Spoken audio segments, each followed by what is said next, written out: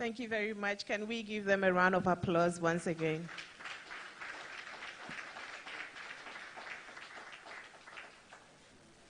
Your Excellency, the former President of our dear Republic of Ghana, members of your entourage, executives and representatives of professional bodies herein gathered, ladies and gentlemen, all protocols observed. Thank you very much for making time to be with us this evening for this program that we have dubbed as the Professional Dialogue Series. Tonight, as you are aware, we have here with us the former President of Ghana and the National Democratic Congress presidential candidate for the 2020 elections. So tonight we're going to have a conversation with him. We're going to have, he's going to tell us his platform, and then we would also ask a number of questions, and hoping that as part of the democratic process that we have embarked on, we as citizens of this country would be able to hear from him personally and also delve much into it.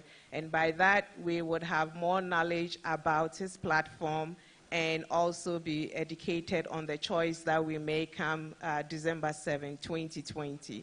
So I'd like to thank you all very much for making the time to be with us here. And we would right away get into the program. So I will invite Stephen Kemeche to give us the opening prayer.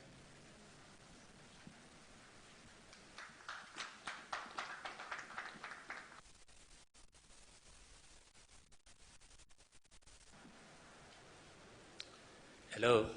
Can we please be upstanding for the opening prayer? Kindly.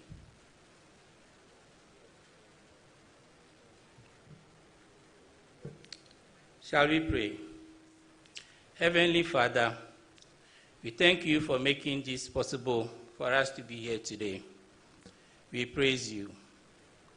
We pray for your presence. Reset our agenda, refocus our intentions and our heart. Direct us to your purpose and to your will. Father, you are the Lord over this nation. Nothing happens in this nation or in any nation on earth without your knowledge. This is why we come to you today to ask you for peace over our dear country, Ghana. Lord, by the authority you have given us, we declare and we decree that there will be complete peace in the upcoming elections.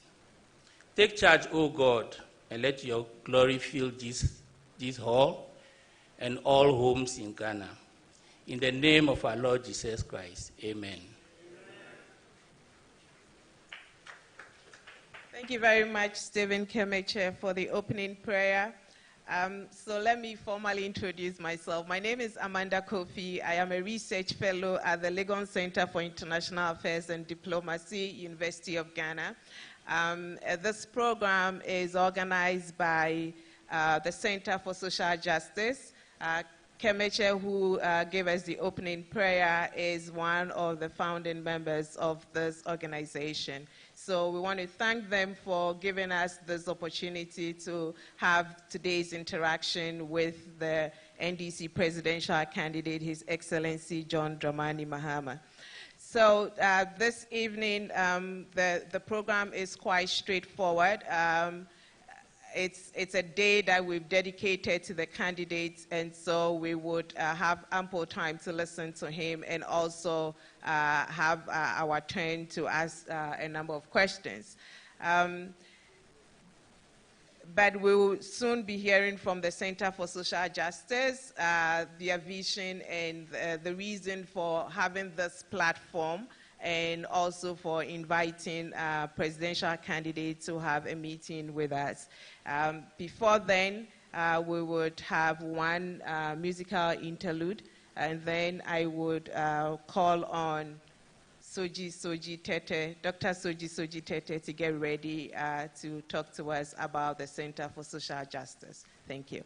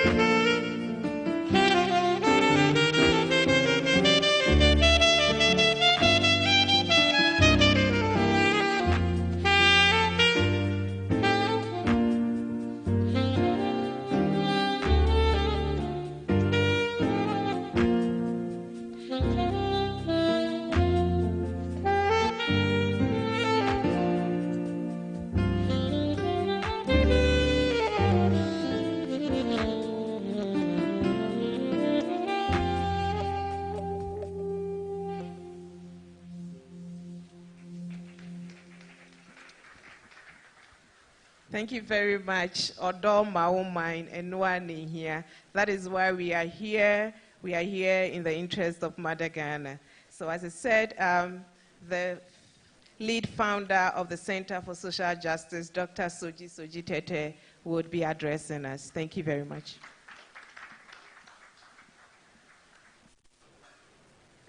Thank you very much, Joseph Champon and Talent Space, for setting the mood for a very engaging discussion.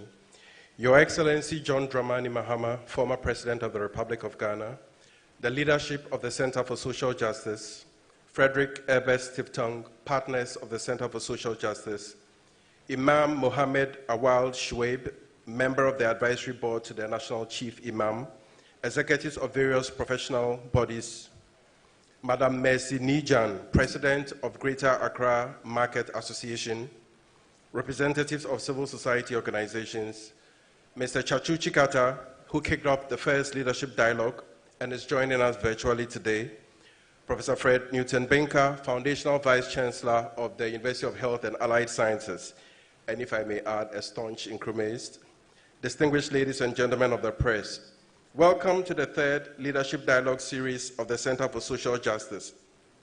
This will be our first in-person dialogue, with the others having been conducted online. It is important for me to start with a disclaimer that the views that I express here are entirely my own personal views and not representative of any organization with which I am affiliated, except, of course, for the Center for Social Justice. With that out of the way, I'd like to start with thanks and celebration.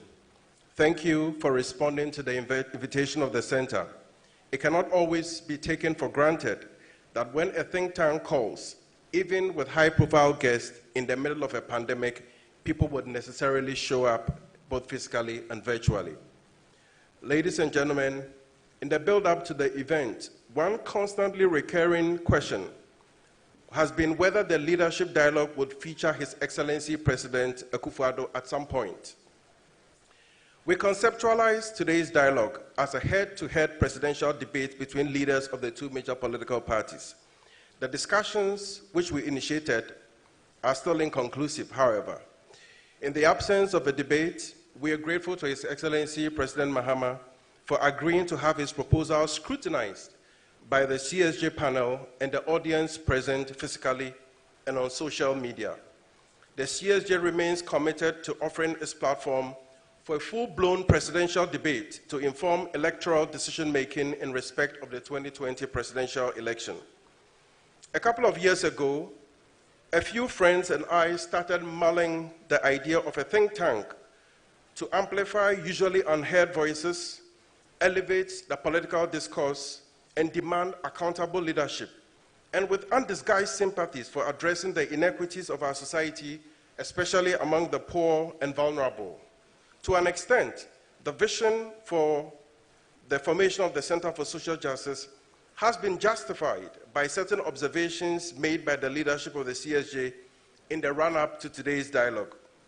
A week ago, I was fortunate to visit a community outside of the Greater Accra region. In some conversations with the Honorable Assemblyman of the community, the matter of citing the community's water source came up. Subsequently, I learned about the age-old custom of Edabone, to wit, bad day. Apparently, 1 day out of every 6 weeks is labeled a bad day, characterized, among other things, by the prohibition of women from visiting the chief's palace. Given this fact, it was frankly very shocking to me to observe that the community's water source was located in the chief's palace. With women being largely responsible for fetching water in this community, I have still not been able to wrap my mind around the decision to locate the water in the one place that women could not go to once every 6 weeks because of Edabone. Surely, if women were the decision makers, it is hard to imagine them taking such a decision to the disadvantage of the entire community, especially the children. Clearly, this calls into question issues around gender, power dynamics, and social inclusion. It is for this reason that the Center for Social Justice has been put together. So, ladies and gentlemen, the Center is a platform for academics, activists, and patrons advocating for progressive social transformation and people-centered development. Ultimately, our vision is to achieve equitable access to wealth, opportunities, and privileges of the Ghanaian society for everyone. We also strongly believe in the freedom of each citizen to contribute positively to decision-making processes. Tonight, you may hear questions from trade unionists, journalists, students, doctors, Okada riders, and the leadership of the Greater Accra Market Association. Over the course of the next few years, the Center for Social Justice will pursue 4 objectives. The first is that we will take individual and collective responsibility for our own political education on matters of political ideology, accountable use of power, transformational leadership, and personal integrity. To this extent, we welcome our new partnership with the Friedrich Ebert Stiftung, which we believe would enable us to leverage numerous educational resources that they have. Secondly, we are going to deploy research to provide evidence-based left-of-center policy alternatives and to assess the impact of government policies on poor and vulnerable communities. To this extent, we are happy to announce the Center's completion of a study protocol ready for deployment in the first quarter of 2021. We plan to assess the impact of the free SHS program on access and quality among poor and vulnerable populations. 3, we will hold all governments and public institutions accountable to the highest standards of good governance practices, believing that bribery and corruption should not be tolerated in any form or shape. And finally, we will embark on community improvement projects as a small contribution to lessening the suffering of others, be it through boreholes, community libraries, or renovation of dilapidated classroom blocks. The CSJ will remain independent-minded, always acting in the supreme interest of Ghana and not any individual or political party. Current events in Nigeria make it painfully clear that ignoring the real issues of the mass of the people is, in the long run, an exercise in futility and can only lead to social unrest and even worse consequences. As Wole Soyinka, the famous poet laureate, powerfully questioned the youth of Nigeria recently, why is it that this age bracket is today incapacitated, unwilling, unable, and incapable of asking questions? But tonight, you will hear powerful questions from a panel of relatively young intellectuals. Let me celebrate Dr. Amanda Kofi, Research Fellow, Lagos Center for International Affairs and Diplomacy. She says I should remember to add the diplomacy. Our moderator and our two esteemed panelists, Dr. Lord Malco Yevuga, Head of the Department of Public Administration and Management, Public Management and International Relations, and Gimper School of Public Service and Governance, and my sister Shamima Muslim, Chief Executive and Founder of the Alliance for Women in Media in Africa. Thank you all for seeing this as a national service. You have also shown great courage in stepping up to support in this endeavor, and I'm grateful. Thank you and have a good evening.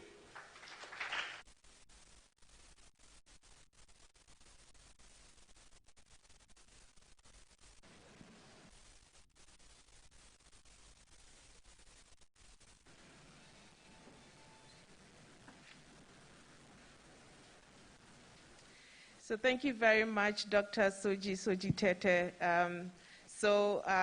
You now know what the Center for Social Justice is about. For most of us here, it is a call to duty, which we readily responded to, because we believe that the resources of this nation should be equitably distributed. And some of us have a personal interest in ensuring that among all the equitable distribution, at least we should be able to achieve gender equity. So that is our reason for being here.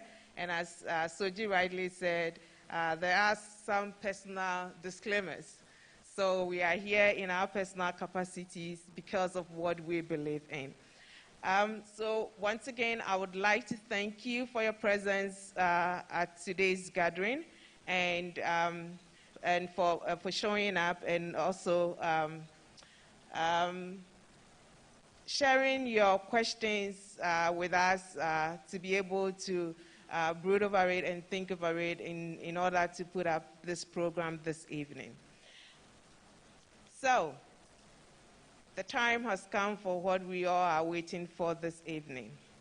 And I have the pleasure, and I'm humbled, to be the one to introduce to you the keynote speaker for this evening's program.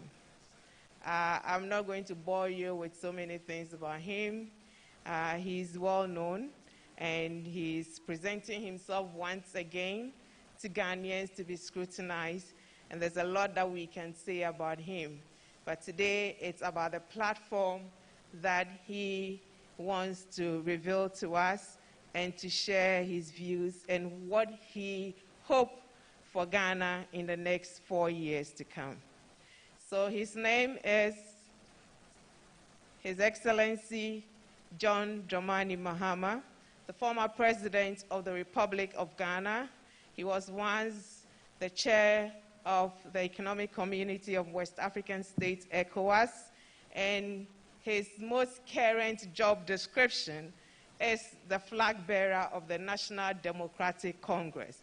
And tonight he's here to tell us what the National Democratic Congress, after 4 years of being in opposition, wants to, their plans for Ghana. And so we have the pleasure of having him in our midst. He's going to speak to us about the platform, and then subsequently our able panel members will be seated to interrogate the platform. And you would also have the opportunity to interrogate the views that he shared. So ladies and gentlemen, please welcome the former President of the Republic of Ghana and the flag bearer of the National Democratic Congress, presidential candidate for the 2020 December elections.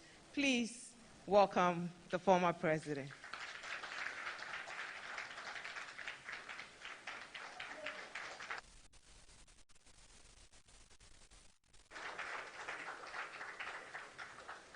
Thank you very much.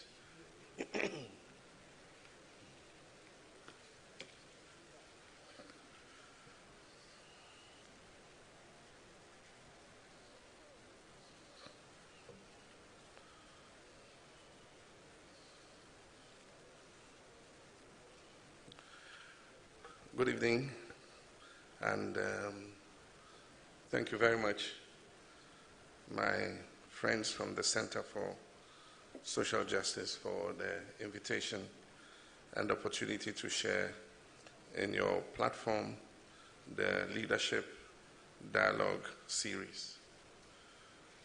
Moderator, Dr. Amanda Kofi, and panelists, professionals, businessmen and women, executives, and members of the Ghana Disability Federation, ladies and gentlemen, I am definitely glad to be here. And to you, the distinguished guests with us tonight, thank you for coming. Thank you, my brothers and sisters who are joining us from various parts of the country and the world on TV, radio, and various social media platforms. Ladies and gentlemen, if there was ever any doubt about how unpredictable our world has become, how unknown the future remains, and the terrifying thought of how our collective existence could be threatened with very little notice, the evidence is right before our very eyes in this hall, across our nation and the world. Who would have thought that even a year ago that a gathering of professionals and a cross-section of Ghanaians from various strata of society would be required to wear masks and sit apart from each other in safety, in public, and be viewed conspicuously should any one of you give as much as a little cough or a sneeze. This is why it is important to build a nation that is robust and resilient and has the necessary buffers to withstand the periodic global shocks that affect the world economies and dislocate normal living from time to time. Where would we be? Our mothers, our fathers, our sisters and brothers, our wives, husbands, our children, our friends, colleagues, and ourselves. Where would we have been without the various health facilities located across the country? Without the valiant and well-trained health professionals, without water and electrification, infrastructure, without the emergency stabilization fund to purchase personal protective equipment and other medical supplies, among other interventions the nation fell on in the fight against COVID-19 pandemic. Ladies and gentlemen, when we established the Stabilization Fund while in office as part of the Petroleum Revenue Management Act, it was a visionary move. I'm glad it came in handy earlier this year, even before the International Monetary Fund bailed Ghana out when COVID-19 arrived on our shores. But there are many more threats ahead, which we together as one nation must confront with vision, strategy, and hard work. Most of these threats are captured by the Sustainable Development Goals, SDGs, which we must achieve within 9 years from now, that is by the year 2030. But beyond the threats, and even within the threats, there are opportunities too. My dear professionals, when you look ahead 10 years from now, what kind of Ghana do you envision for yourselves and your children? Indeed, I have dedicated some quiet moments towards this exercise, and I see a peaceful, stable, and prosperous nation with opportunities for all, where jobs and infrastructure are abundant and the fruits of our economic success are shared equitably. Of course, this would be a mirage, a mere pipe dream, if we do not work at it together with the requisite structures and strategies. This vision can only be achieved if we defeat petty partisanship, toxic tribalism, and ethnocentrism. This vision can only be realized if we abandon the gown of favoritism during recruitments and promotions at workplaces, that is military, police, prisons, immigration, judiciary, civil, and public services, and then don the garments of merit-based recruitment and promotions. We are one people, bound together by a common destiny. We can do it, and I am ready, very ready, and willing to lead the way if you grant me your mandate on December 7th.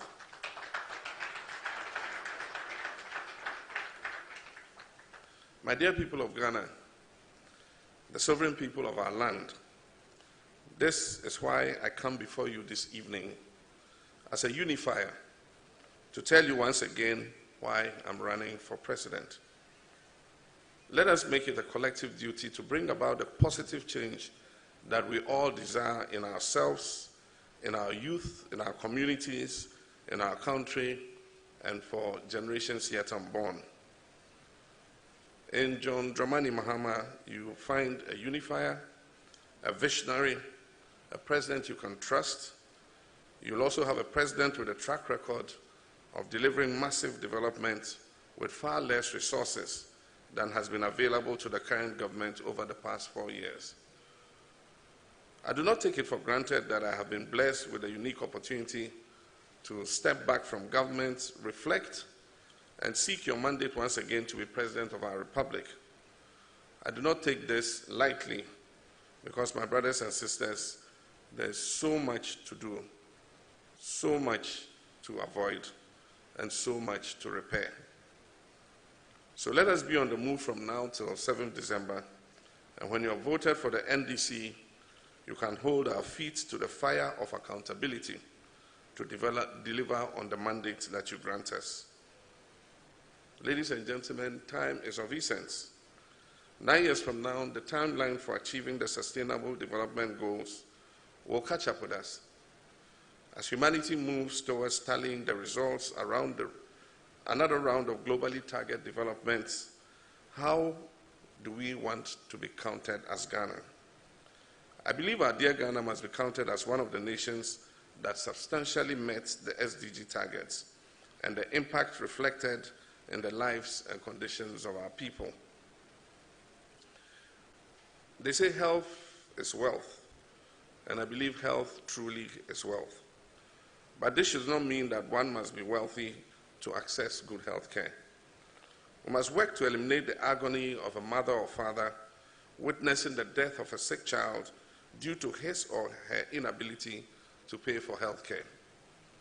Unfortunately, however, the quest for health for all cannot be achieved at our current pace, nor with the current arrangements, which is mainly our National Health Insurance Scheme.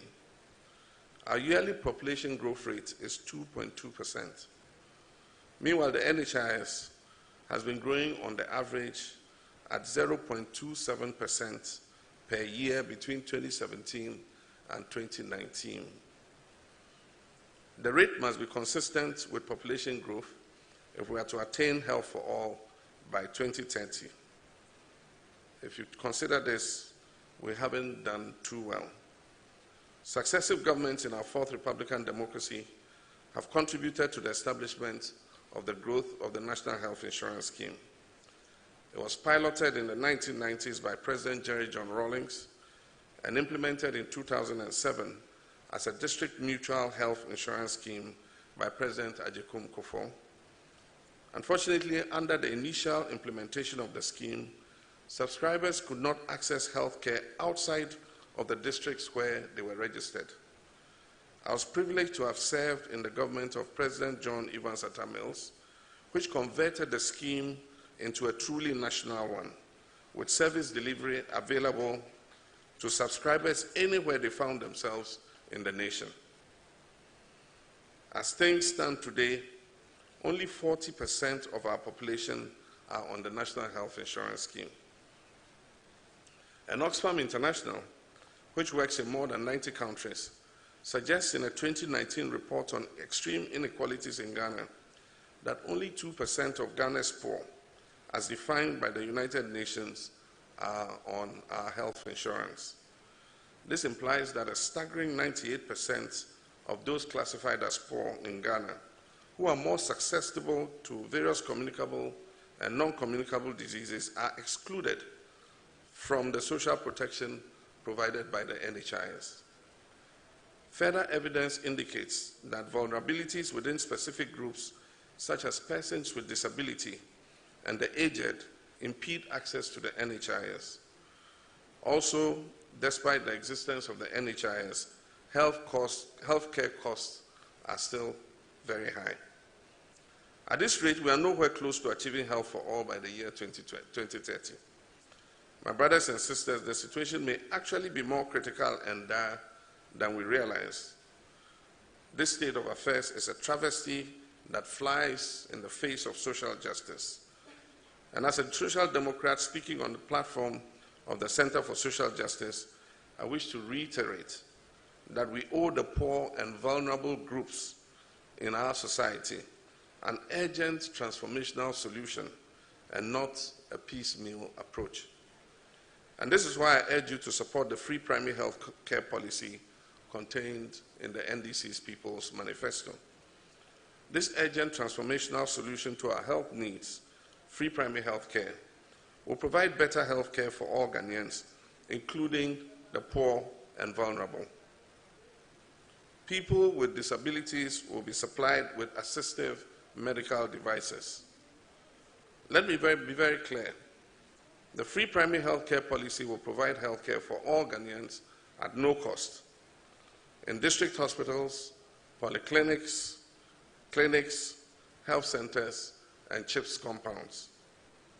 You will not need a health insurance card, state or private, to benefit from free primary health care, and you will not have to pay a premium to benefit. In addition, free primary health care will emphasize preventive health and health promotion and will include private health service providers. Ladies and gentlemen, free primary health care will be the single largest social intervention under the Fourth Republic.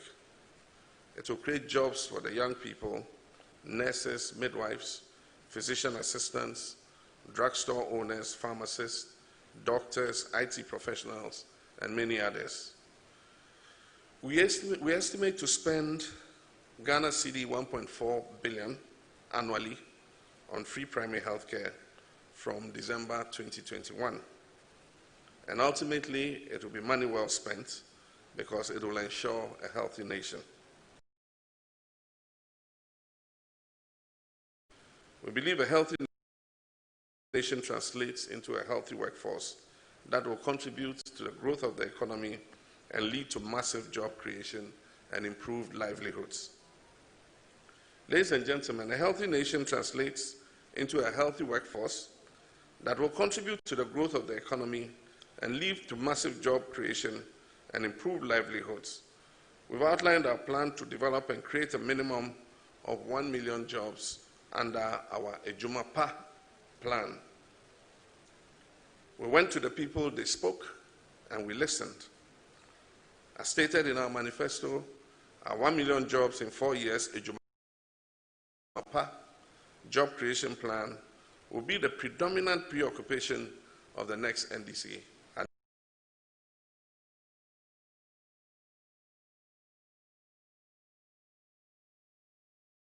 administration. We propose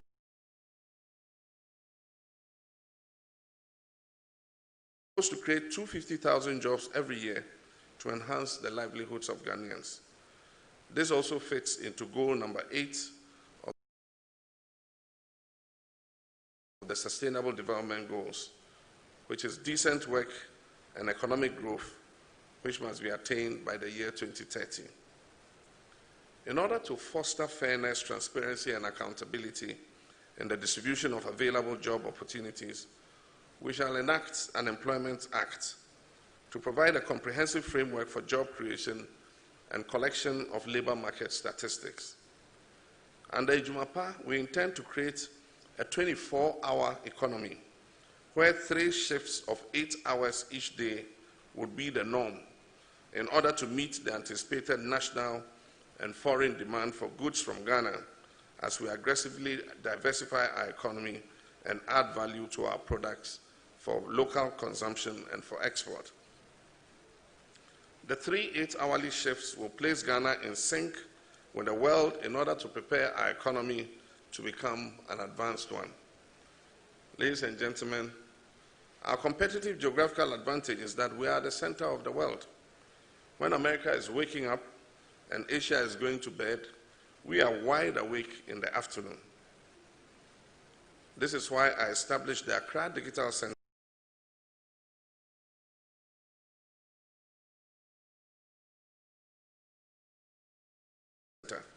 to serve as a major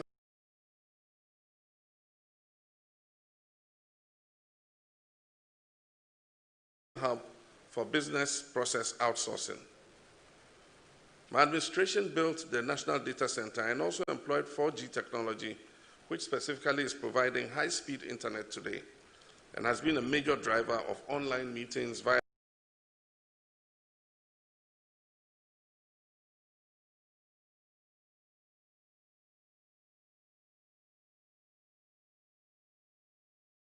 Zoom, Skype, WhatsApp, amongst others, particularly during this COVID-19 period. We will develop 5G technology, train more computer programmers, build a knowledge-based economy where e-commerce flourishes and moves Ghana faster into the new world of smart manufacturing and digital services. This will provide decent and sustainable jobs for all Ghanaians. In addition, we shall establish a fertile environment for the private sector by significantly reducing the cost of doing business in Ghana. Our decline on the World Bank's Ease of Doing Business Index will be tackled to satisfy the Association of Ghana Industries, Traders, and Ghanaians at large. We automated the Registrar General's Department to facilitate business registration, and we're promising to do even more. We'll also work hand in hand with stakeholders to be assured they will invest the gains in ventures that will expand businesses to create more jobs for young people. Let me reassure you that we intend to scrap the 25% corporate income tax for small businesses with turnover below 200,000 Ghana cedis, and reduce corporate income tax to people or more. Ladies and gentlemen, I promise to refocus and reorient the operations of the Ghana Exim Bank, which I established in 2016 to promote exports and create sustainable jobs. The lack of transparency in disbursement and flagrant abuse of funds of the bank on non-core activities to the neglect of many core and legitimate viable business plans begging for credit saddens me. Under my watch, the Ghana Exim Bank, in addition to other funding streams, will support agriculture and agribusiness for both the domestic and export markets through the creation of agro-production and processing zones in all major crop-producing areas across Ghana. It is our expectation that these interventions will make Ghana self-sufficient and a major exporter of finished goods, processing of cashew, cocoa, shea, palm, cassava, pepper, ginger, fruits, and rubber will also be emphasized to put money in the pockets of farmers and entrepreneurs. Ladies and gentlemen, the fishing, poultry, and livestock industries will be a key pillar in the quest to make Ghana self-sufficient. We shall hand over the administration and management of premixed fuel to transparently constituted landing beach committees and ensure it is affordable and available for fishing communities. We shall equip the Ghana Navy to fight psycho fishing. Subsidized outboard motors will also be made available, and fishers will be encouraged to engage in commercial cage culture on lakes and rivers. To meet our protein energy requirements, attention will also be given to both the poultry and livestock industries. Still in the agricultural sector, cocoa farmers will be given free fertilizer as it used to be under our administration. And in general, farmers will be supported with inputs and implements and tools to improve their yields. Ladies and gentlemen, COVID-19 revealed the need to invest in our pharmaceutical industry. Borders were closed and countries were looking inward. I'm glad that in my period I invested in Ghana's pharmaceutical industry. We laid a solid foundation by injecting over $20 million in Tobinco Pharmaceuticals, NS Chemist, Danex, Dan Adams, and Kinapharma to enhance local production of pharmaceuticals and provide jobs. We have done it before, and we will do it even better.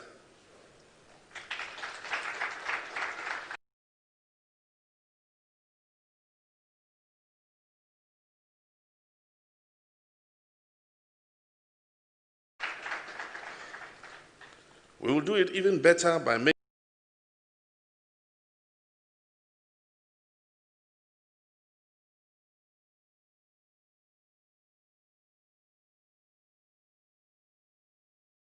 available technical support to indigenous pharmaceutical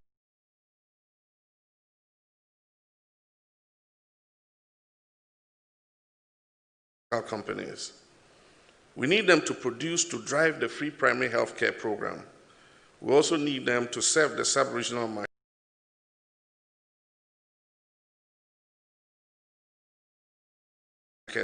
while creating the needed jobs in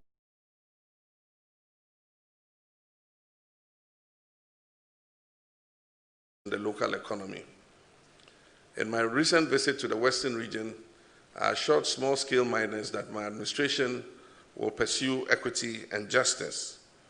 Their missing excavators will certainly be investigated and restored to them.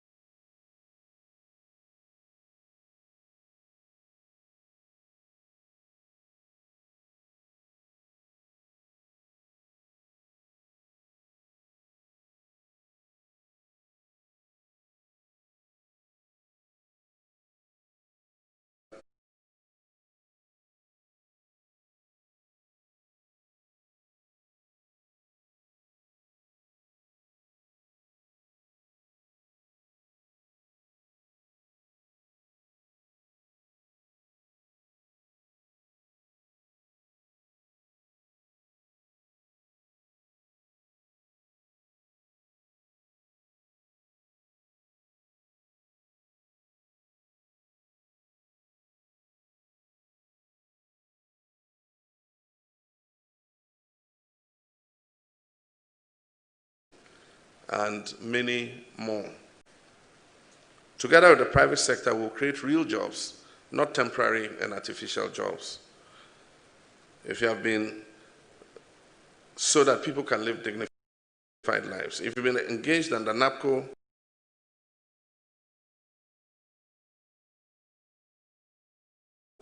I say to you that you belong to Ghana, you are Ghanaian, and not to any individual group or party.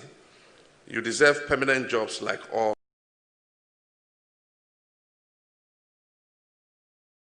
our other citizens.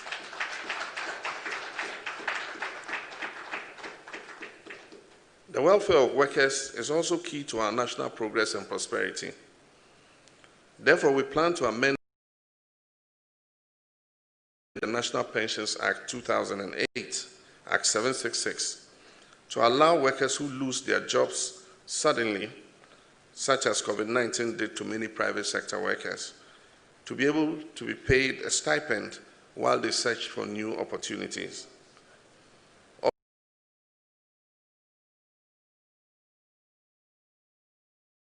Also, workers who have contributed for between 10 to 15 years will be allowed to use their contributions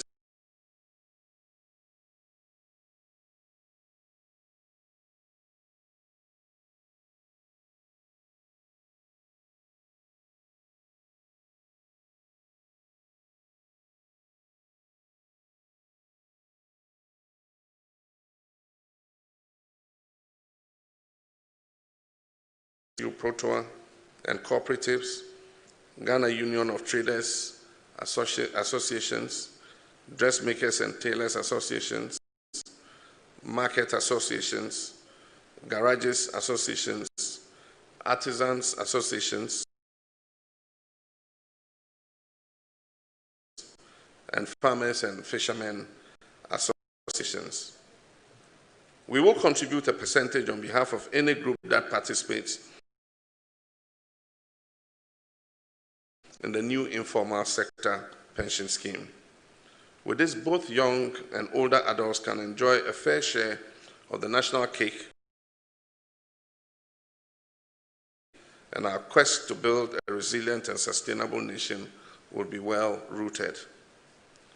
Colleagues, it is well documented that in spite of our first-term challenges, including an almost one-year election petition, the fall in the prices of global commodities, and the crippling power crisis, popularly called doomsday, which we suffered and which we eventually resolved, we were able to chalk significant success in the area of social and economic infrastructure and economic stability for job creation.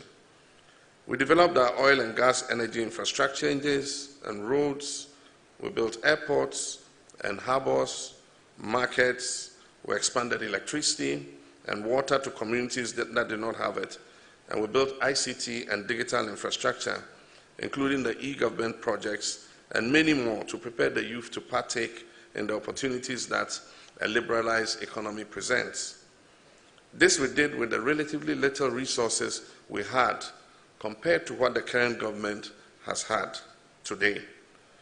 After we resolved the power crisis in late 2015, my government worked very hard to create the right business environment, culminating in the World Bank declaring Ghana as being the best destination for doing business in West Africa, ahead of Nigeria and Ivory Coast.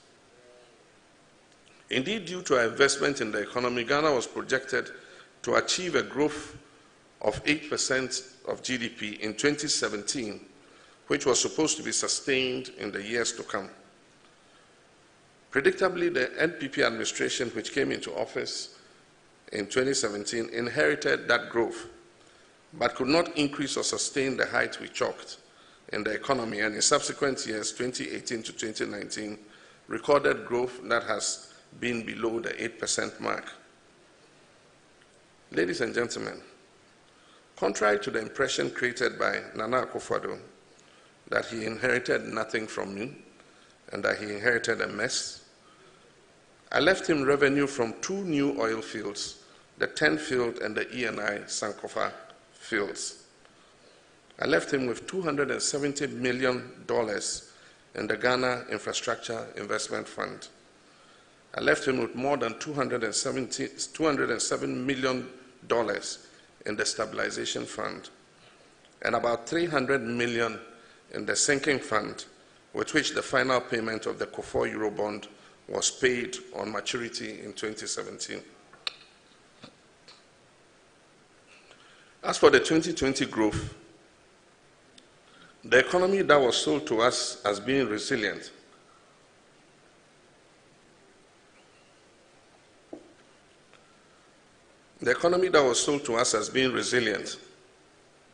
and capable of withstanding shocks for at least 3 months without any external intervention could not stay afloat without IMF support for more than 3 weeks.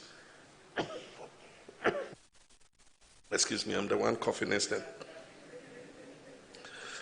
Even worse, the rate of borrowing by this government has dazed many observers.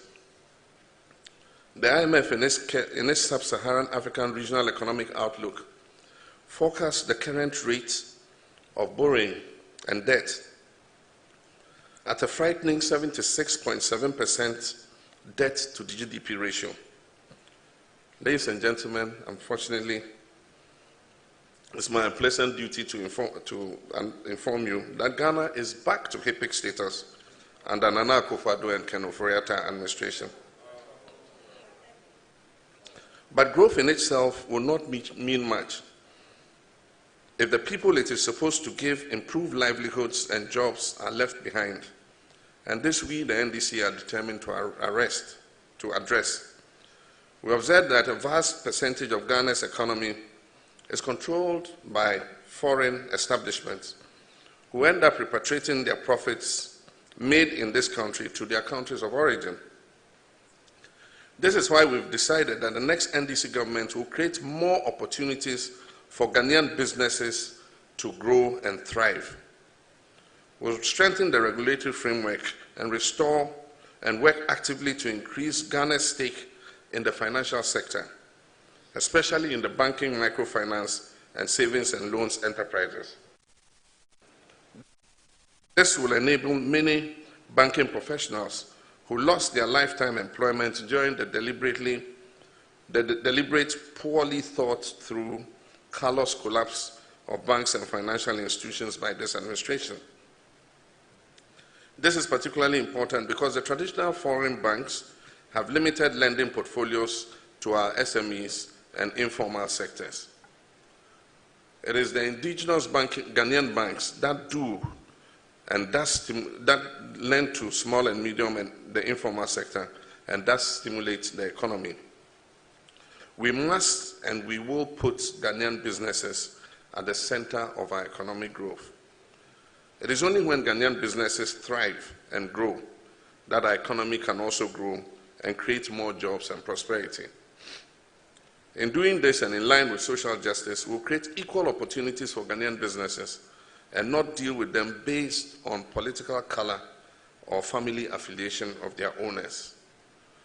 Government will give them priority in procurement from budgetary sources, and we will use government's financial muscle to boost Ghanaian business. The big push. Ladies and gentlemen, it is an undisputed fact that the NDC government delivers on social and economic infrastructure. We are therefore very much aware that it is our duty to provide these for the people of Ghana under the $10 billion Big Push infrastructure agenda. Let me assure you, architects, engineers, surveyors, that only, and other professionals, that only locally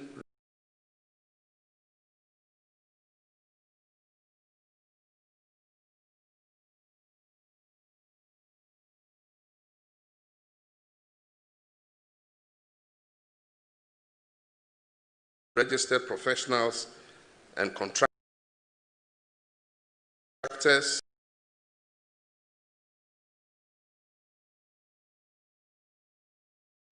and local artisans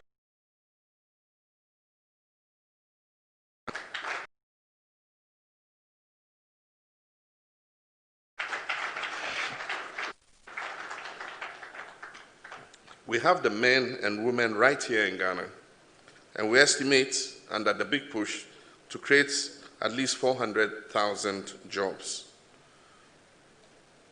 We may have the Terminal 3 at Kotoka, or the Greater Accra Regional Hospital Reach, or the University of Ghana Medical Center, or the National Data Center, or Accra Digital Center, or Kwame Nkrumah and Kasua interchanges, or even the KJTL market, or community day schools, or the University of Environment and Sustainable Development, among many other infrastructural projects.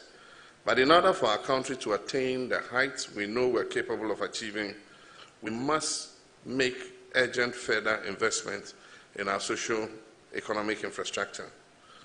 These not all abandoned projects and projects commenced by this administration, by the current administration. The Eastern Corridor Road will be one of the key priorities.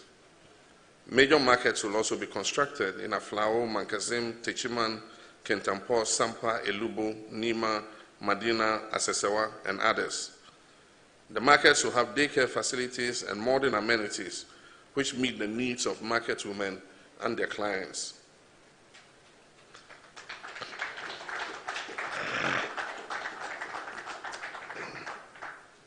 The Big Push will also provide social housing for workers, including housing schemes in the Zongos and deprived urban communities. It will expand rural electrification, expand the 37 military hospital, build universities in the regions, social housing for workers, including housing schemes in the Zongos and deprived urban communities.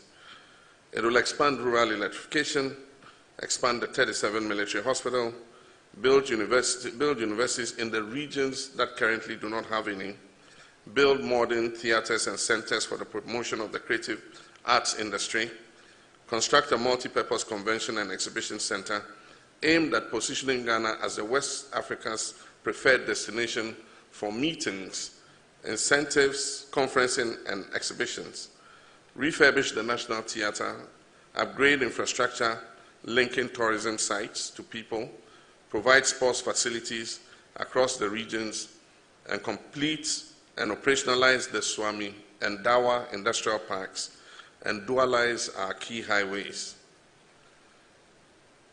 I will make the free SHS program even better.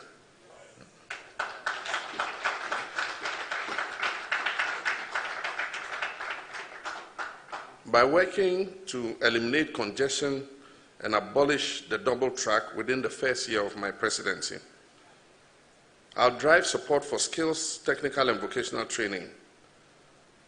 My interest in TVET gained firm roots when I inspected an oil and gas project and was informed by the supervisor that they often have to bring in professional welders and other professionals from outside the country because Ghana just did not have enough of such trained personnel to deliver according to specifications and time schedule.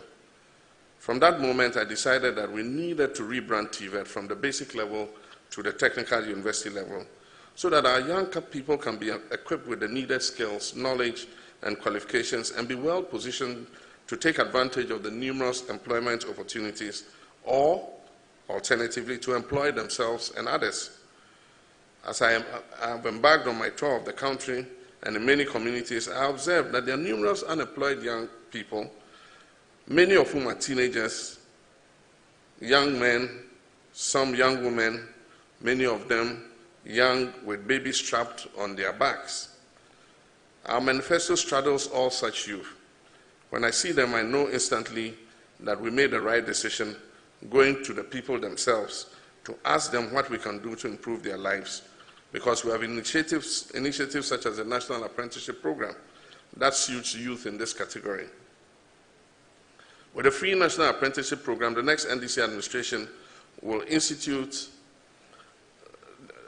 with the free National Apprenticeship Program, the next NDC administration will institute, government will engage and pay for the service of master craftsmen and women and artisans in the communities to equip and train the young people, including youth in Zongos and deprived urban communities, in various traditional vocations such as dressmaking, catering, hairdressing, auto mechanics, electricians, plumbers, etc.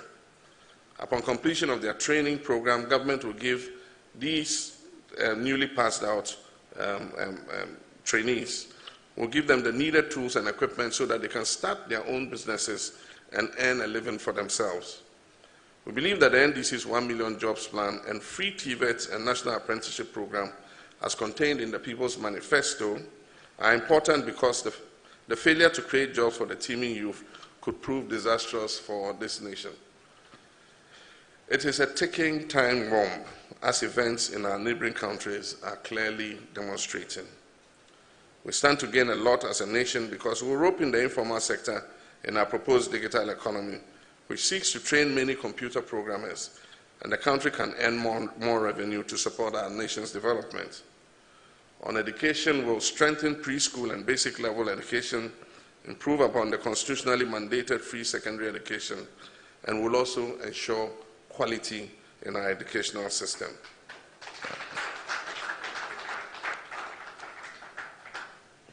We will complete the abandoned community day schools, as well as expansion of existing infrastructure, and as I announced earlier, inclusion of private schools in the implementation of the free SHS program. This will address congestion and ensure quality teaching and learning for all our children. Our manifesto pledges to open up legal education so that more of our qualified students who want to study law get the opportunity to do so.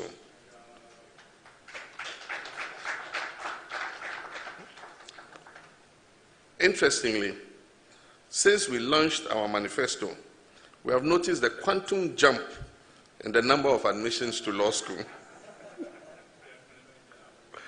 We shall similarly ensure that medical education is equally accessible to qualified persons without compromising quality.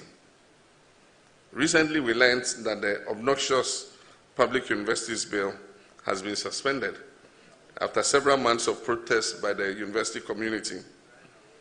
Once again, ladies and gentlemen, we can see that the People's Manifesto is already working wonders, even from opposition.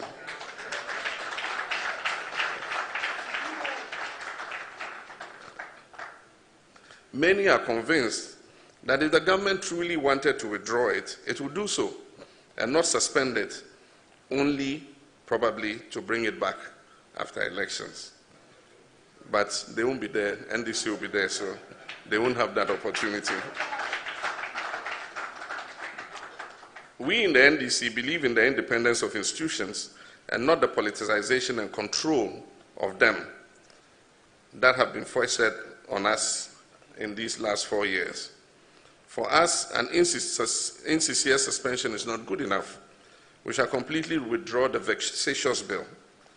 The tertiary institutions need government support and not government tyranny. Ladies and gentlemen, we'll absorb 50% of the fees of tertiary students for the 2020-2021 academic year. To mitigate the effects of COVID-19 on students and their parents, we estimate that this should add up to a cost of about 400 million Ghana cedis. We shall establish free Wi-Fi zones in all public tertiary institutions.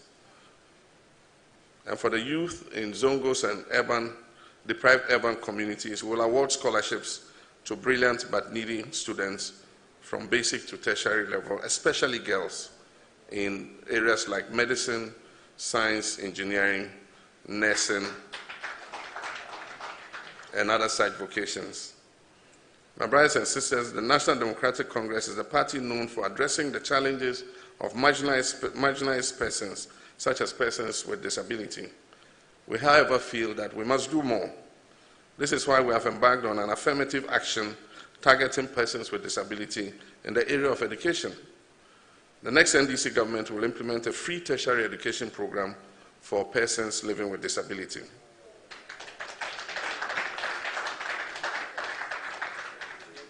This means that our physically challenged brothers and sisters will not pay any fees when they access tertiary level education. To support special needs education, we'll work closely with the Pediatric Society of Ghana and parents to institute early medical screening for newborn and preschool children in order to identify children with challenges. Apart from this, we shall reverse the shortfall in allowance to PWDs caused by this government's reduction of the District Assembly's Common Fund from 7.5% to 5%. We will raise it back to 7.5% so that PWDs can receive more money in their disability fund. And to remove the existing bottlenecks which militate against the PWD's easy access to their funds, we've decided to establish disability funds in the districts with a board of trustees made up of PWDs and other important personalities in the district to attend to the disbursement of the fund to meet the needs of PWDs. While we create new jobs, we'll also prioritize people with disabilities and ensure that they have their fair share of the jobs as citizens in line with our principles of social justice. In conclusion, I'm overjoyed that even before the first vote is cast, the promises in the People's Manifesto have significantly aroused the sleepy conscience and attention of this government and have shaken them to act, albeit selectively and too late in the day, on some of our policy proposals. At this critical stage of our nation's history, Ghanaians deserve more than ever before a government that is honest and truthful to them, a government that takes responsibility and gives them results and not excuses or blame. We shall work to unite and create opportunities for all, and not just for a privileged few. We shall bridge the gap between the rich and poor, end the repression of the media, end intolerance and discrimination against ethnic groups, religious groups, gender, and age groups. Above all, we shall consider it a civic duty and support all citizens to hold our government accountable to the people of Ghana without fear of recrimination. Together with you, we shall build a Ghana we can all be proud of, and we shall adopt a root and branch approach to the fight against corruption. Unfortunately, time will not permit me to share more of the many nuggets that are in the People's Manifesto that we will be implementing, God willing, from January 2021. The plight of people with disability, education, etc. And so I look forward to the question and answer session. And let me once again thank you, the Center for Social Justice, for giving me this opportunity. And I urge you not to give up, including all civil society, and urge you to continue to persuade the President for a one-on-one debate on our stewardship.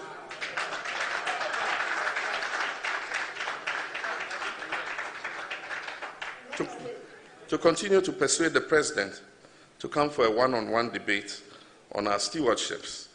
After all, he said, this election is about our track records. Let us talk about our track records and our programs for the future. It will inure to the benefit of Ghanaian democracy, and it will help our people make a good choice. I thank you very much. Good evening.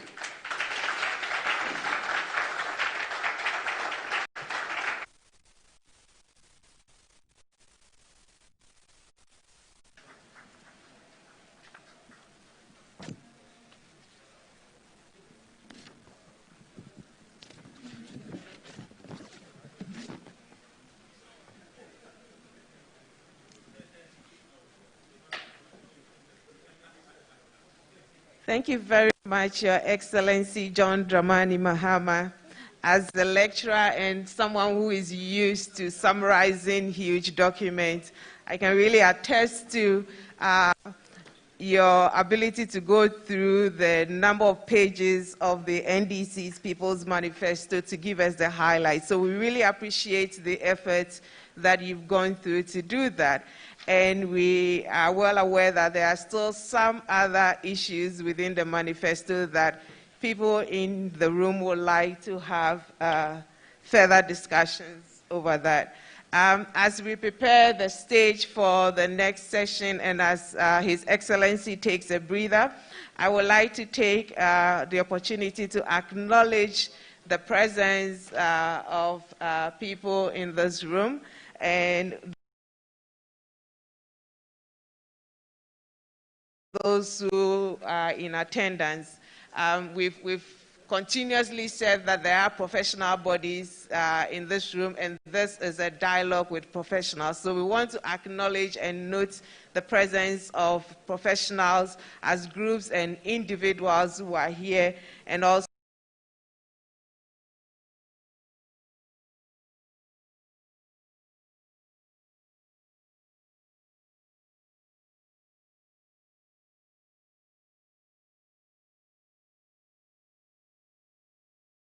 other members who have graced this evening's occasion. Accra Market Women Association, we have representative from the Ghana .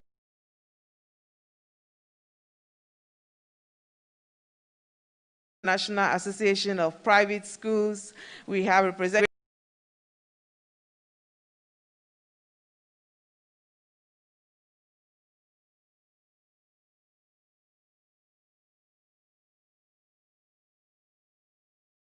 Accra Market Women Association. We have representative from the Ghana National Association of Private Schools. We have representative from the Ghana Medical Association. We have representatives from the National Union of Ghana Students. We also have knowledge, the media that is here.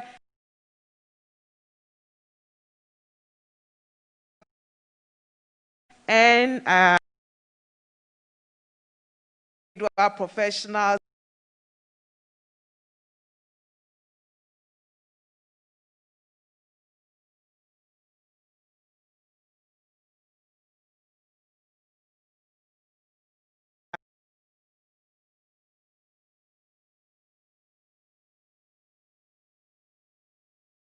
it up for all to be here, so we had to do both live and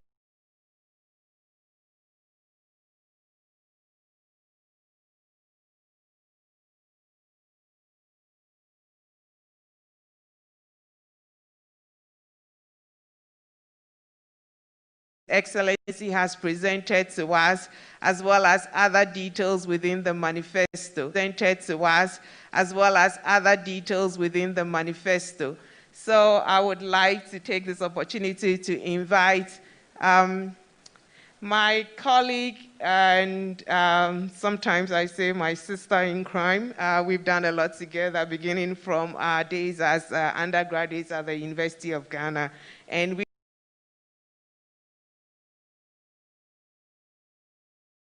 we share a lot in common, particularly issues that border on equity and particularly for women. So we have Shamima, and particularly for women. So we have Shamima Muslim, who is the convener of the Alliance for Women in Media Africa, who is a panel member today. She will be with us and she would be posing some questions. For kindly give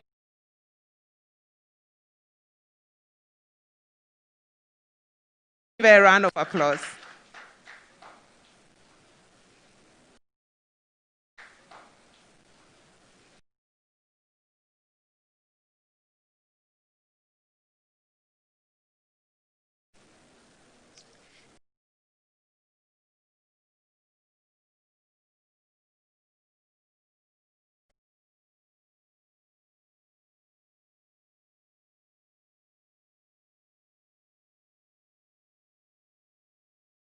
Unions, how to place them on the single spine.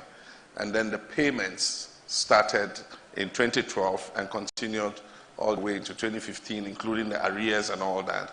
And so it really put a lot of pressure on the economy. And so our ability to manage all that and still stabilize the economy, work on 2 new oil wells, put in instruments, that were going to create buffers for the economy, what contributed to a more stable economic environment before we left office. Given the opportunity, we would have done some more things, especially, like I emphasized here, in the way of technical and vocational education and training, and also youth employment.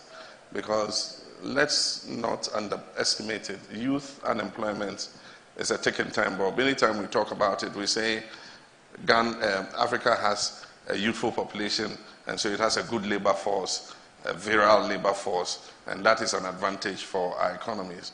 But the downside is that we're not throwing up enough jobs as fast as possible to keep up with the growing youth population.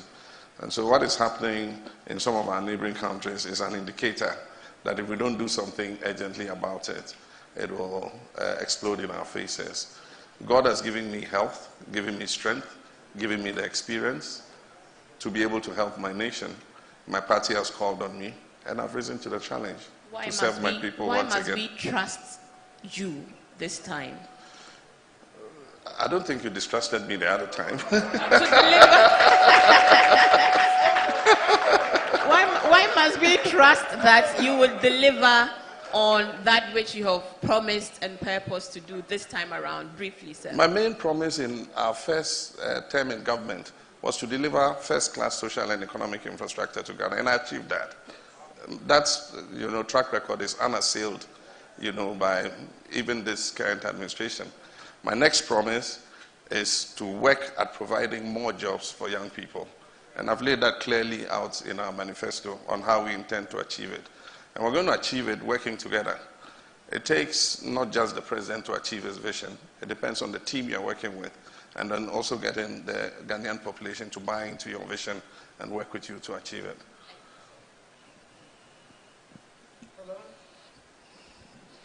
Hello, Mr. President. Yes, Prof. Good evening. So we've listened to your presentation. So my question focuses on the economy. The NDC has promised a $10 billion big push, as you call it, for infrastructure development, as well as other interventions, social interventions, including the National Youth Agency, with a target of no less than 100,000 beneficiaries, and a 250,000 ejumapa, among other things that the NDC is promising. Now, as you rightly mentioned, the IMF in a recent projection says that our debt to GDP ratio has moved to about 76%. And that is in addition to limited fiscal space going forward for any government, whether NDC or MPP, that come into power. Now, based on these financial and fiscal constraints that the IMF and we are talking about now, how does the NDC government that you may lead in January 2021 intend to fund all these projects that you've promised, given that our borrowing abilities will be limited, given that we've not been able to mobilize enough resources through tasks, for example? So how are you going to fund? Because in your manifesto, there's little said about how to fund some of these projects. So can you tell us how you intend to fund these projects? Thank you. Well, we've thought it through, and we have a plan. Yes, this government has touted its management of the economy, but the facts show that they had more opportunity to make this economy more resilient against any external shocks. Unfortunately, they have been on a spending spree, huge borrowing. I mean, this is a government that criticized us for borrowing, and we borrowed 56 billion, added to a public debt 56 billion in the 4 years of my stewardship. And in 3.5 years of this government's stewardship, they've added in excess of 150 billion to the public debt. And so, I mean, this is a government that has no credibility when it comes to what it says and what it does. They have narrowed the fiscal space. They had access to more revenue. I left them ESLA, which was going to bring in annually 3 billion additional fresh revenues. I left them 2 oil fields, which were going to bring an additional almost $300 million a year. I left them with a Ghana Exim Fund. I left them with the Ghana Infrastructure Investment Fund. I left them with the Stabilization Fund. I left them with the Sinking Fund. These are all funds that we left them. They've dissipated all those monies. Aside from dissipating the monies, they've additionally borrowed 150-something billion. So they have completely decimated the economy. The first thing I'll do is, when I become president, I'll hold a Century 2 forum. Remember our first Century forum, yeah? And we're going to bring all stakeholders, finance people, and everybody together. And we're going to chart the path for economic development. That's the first thing we'll do, so that we can get a buy-in from everybody. But relating directly to the issue of the big push, we estimate that about 40% of those projects will be able to be self-financing, especially the economic ones. And we have a history of doing it. We built Terminal 3 without encumbering public debt. All we did was we released the 60% of the airport passenger levy that government used to take and put in the consolidated fund. It is $100. We used to take $60 of the levy and give airport company only 40%. And so when I asked them to build Terminal 3, they came up with a suggestion and said, just give us our full $100 passenger levy and then cut us free. We will do Terminal 3 on our own balance sheet. And once we did that, that is what they used to do Terminal 3, do the apron work, they do the work in Kumasi and other places. And so there's smart borrowing that you can use because some of the economic infrastructure will pay for themselves. Look at the new port we have, the expanded port. It is without a single dollar on Ghana's public debt. And so we have a track record of doing this kind of thing. And we will leverage that again. So you dualize the highways, and you can toll them at different places. And as people pay tolls, the money goes to pay it. Of course, with social infrastructure, schools, you cannot expect that you'll be able to get back the cost of the school, especially as we have free SHS. And so, you cannot expect to get back the cost of building a hospital because, I mean, it's a social good. You get it indirectly by healthier people. You get it indirectly by the people that are educated. But what we'll do in this case is what we're doing with the Ghana Infrastructure Investment Fund. A portion of VAT annually was supposed to go into the GIF, and then also a portion of our oil revenues were committed to the GIF. And then GIF was being used as a vehicle, investment vehicle, for collateralizing those revenues and raising money on the international market. And so for the other aspect of social infrastructure especially, we will use GIF as a vehicle to collateralize some of our revenues and use that to raise money to build the hospitals and the schools and the clinics and police stations and other things that we need to do.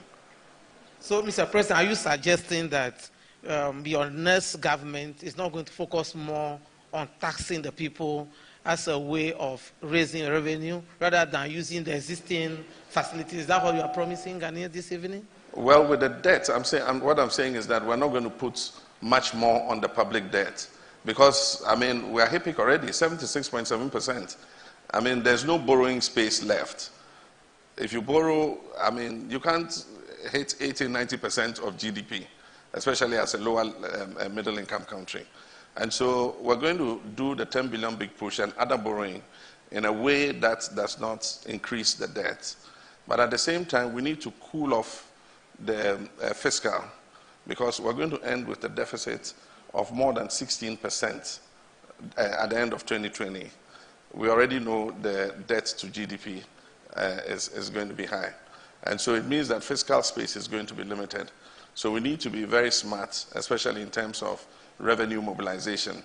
Already we are promising a stimulus package to small taxpayers.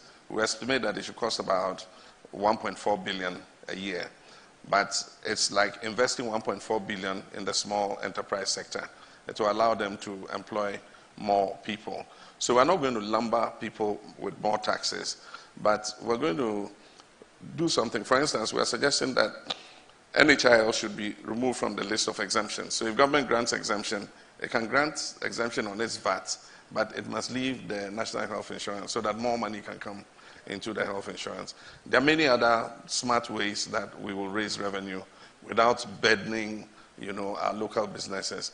I believe that the kind of stimulus that the 10 billion will create within the economy will generate taxes also for government, because if Ghanaian businesses are working, they'll be able to pay their taxes. And if the taxes are less, like we've done, reducing from 25 to 15% for medium-sized enterprises, then the level of compliance will go up. Aside from that, we need to cut down waste. I mean, 125 ministers is outrageous. 1,900 presidential staffers. 1,900 presidential staffers is outrageous. And so there are many ways we can tax and we can cut waste and reduce the size of government so that we can save money and rather than tax the ordinary business people. Thank you very much, Your Excellency. Still staying on mobilizing resources to implement some of these promises. I guess one of the biggest questions on the hearts of many people in this room is the how question. And so with the matter of free senior high education. You have said that you're going to implement it even better, in your own words, and scrap the double track system by December 2021. So the question is, how are you going to fund that infrastructural gap that currently exists to allow for access, but most importantly, to ensure that quality is not compromised? We've included the expansion in secondary education in the big push. And so part of the money from the big push, the 10 billion, is going to go into completing the community day secondary schools and then completing the abandoned infrastructure in secondary schools in order that we can create more space and access. I'll give you an example. We built a community day secondary school, E-Block, in Bamboy, which is in my constituency, Bole Bamboy constituency. And there was a JHS in Bamboy. And so when the children finished JHS, they either went to Bole Secondary School, which is about 81 miles north of them, or they came down to Wenchi Secondary School, or they went to Kintampo or Techiman. These were the nearest secondary schools to Bamboy. Now, we put a community day secondary school there, an E-Block. And so when the children in Bamboy finish school today, they go into the senior secondary in their own community. And so it immediately would ease the pressure on Bole, Wenchi, Kintampo, and Techiman. And so I'm just giving you an idea of what those schools will do, to ease that pressure. And if we're able to build those schools and complete them on time, we'll be able to take the double track away. Because we'll Money, be able are you to, earmarking for that? For completing the senior high schools, for instance? We have to do the costing. Each senior high school, the community day in our time costs about 7 million Ghana cedis, plus or minus, depending on the location. Cement prices differ and all that, but averagely about 7 million. Today I'm told that the cost of finishing some of those schools, so even building that school has virtually doubled. And so it means that we're going to pay more. If this government had continued and finished, most of them, we probably would have done it at a lesser cost. And so that is something we will work out. Some are near completion. They've been roofed. They have doors and windows. It just needs plastering and putting the furniture in and all that. But we need to do an inventory of where each is, because they are not at the same level. Some were at the first floor level, others were at the finished level. Unless we get civil engineering to do that estimation, we can't tell. But currently, we are unaware of the exact amount of money from the 10 billion big push that we might be committing to the infrastructure at the secondary school level. No, I'm talking about completing the schools. And I'm saying that until we do a civil engineering survey, because there are different levels of completion, we'll not be able to determine exactly how much. But we're committed to putting a significant amount in order that we're able to take the double track away. I mean, if it means, if it means, committing $600 million, $500 million, we should be able to do so and finish most of them. Thank you, sir. Mr. President, you actually touched on a very important subject, so I want us to go back there.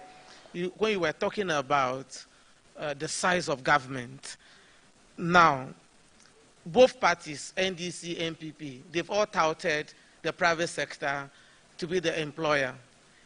Yet, we've seen the ever-growing size of our government in terms of ministries, departments, and agencies being created, special assistants, number of ministers, etc. Both parties do the same thing. So, in the next NDC government, what measures are you putting in place in order to really empower the private sector to be the employer, as we all say you would do? Then how are you going to make sure that this over-expansion, this growth in the size of government, and here we are not talking only about the public sector as a whole, but the executive machinery of government, the ministers, special assistants, and what have you. What are the promises that the NDC government will be making to Ghanaians in terms of controlling the ballooning nature of government? Thank you. Actually, you must lay the blame squarely where it is. The tendency to increase the size of government and employ so many political appointees normally happens when the NPP is in government. It's not the same when NDC is in government.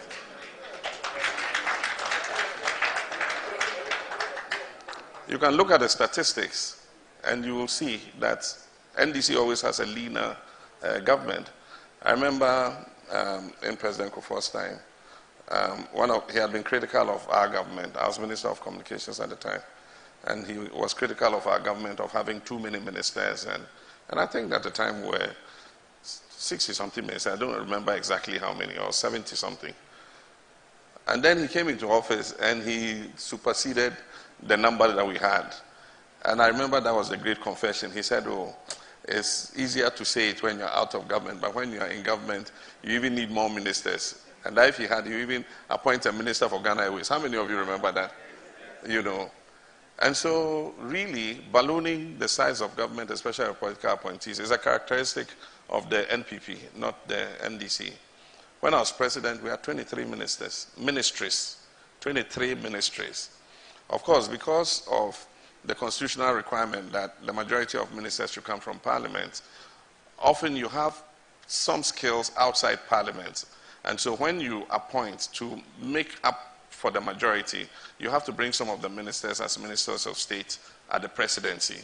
And so I had about 6 MP ministers of state at the presidency. But the key ministries under my administration were 23.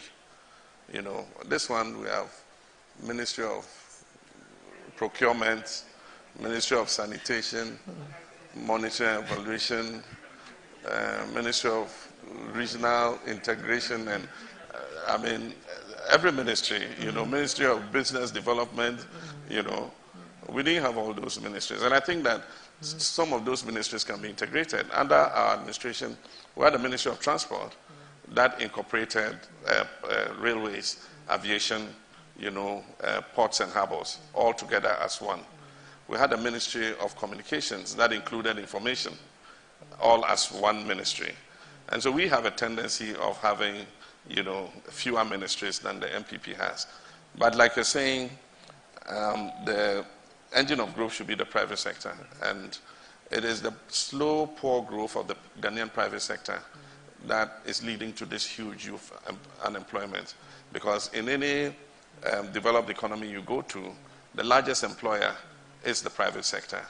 You know, and so we need to grow that private sector as quickly as possible so that it can employ more. And that's why we're introducing all these stimulus packages. That's why we're bringing the big push, which is restricted to Ghanaian businesses so that we can grow them. And we can grow jobs in construction. When I became president, I told my roads minister that when it comes to our money, our budgets, the priority should be given to Ghanaian contractors. Before, Chinese contractors were winning our jobs, from which we were paying from consolidated fund. Well, not only Chinese contractors, let me say foreign contractors, but quite a huge number were Chinese contractors, but there were other foreign contractors.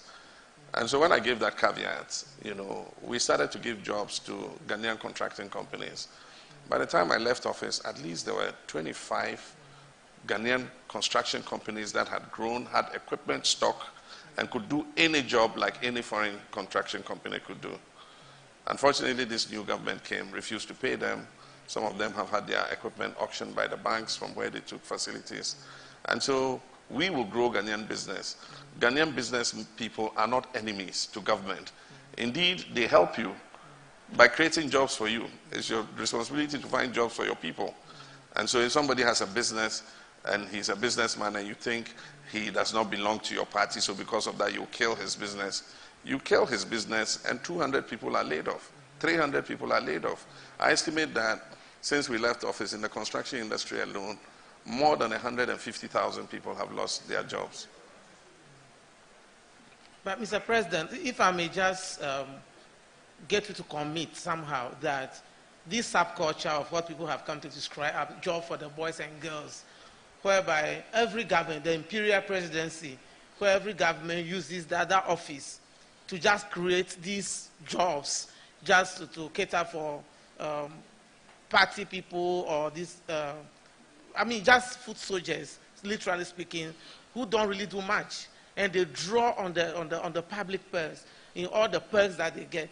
Can we get you to commit that having been in government and having seen what was happening, and now that we are looking from outside, are there any commitment that you can make to the Ghanaian people that next time around you're going to do something about this subculture? Thank you. Doc, I keep correcting you that it's not every government. I don't know why you insist on saying every government. I mean, just hit the hammer on the head. The MPP government. I have already committed that we're going to reduce the size of government because I've committed to pay assembly members. And they ask me how you pay them. I say by having less ministers and less presidential staffers. That is a public declaration to the nation that I'll have less appointees than this government has, because I need to find money to pay the assembly members. And so we're going to make that sacrifice to be able to pay assembly members, because they also are doing a good job. And we need them to help us to keep proper BEPS and DEFs records at the local level. So that is a commitment that I've made. My government will surely be smaller than this current administration. Thank you, sir. Well, sir, your nomination of Professor J. Nano Poku Ajiman as running mate has been held as a significant decision. However, over the years, political parties or governments in power have failed successfully to meet their own promise of reserving a certain quota, 30%, 40%, of appointments for women in government. So question is, beyond the significance of that move, what might you be committing tangibly to do in terms of the numbers of women we should see in your next government should you win? What quota are you making that commitment live this evening to the women of Ghana? In my first term in government, we used a quota of 30%, and we achieved it. In our political appointments, we achieved 30%. Indeed, most of the key ministries were held by women. Foreign Affairs, Hannah Tete, Attorney General Marietta Brew-Upon, Sherry IT Fisheries, Jifativo Transport, most of the key ministries. Nana Jinopoko Ajiman, Education, So most of the key ministries were manned by women, and they did quite good jobs. And if you came down even to the parastatal level, there were a lot of women chief executives. Controller and Accountant General was a woman. Our Director of Prisons was a woman. Of course, we met the Chief Justice. She was a woman there already. And so there were several key appointments that were held by women, and we met that quota. We've repeated that quota in our new manifesto to try and achieve 30% again of women. Why are you staying at 30% when we want equity and parity? Why not 50-50? I see some of your competent women of your party here. Why not 50-50, sir? It's an indicative figure. It says at least. It doesn't mean at most. It means at least 30%.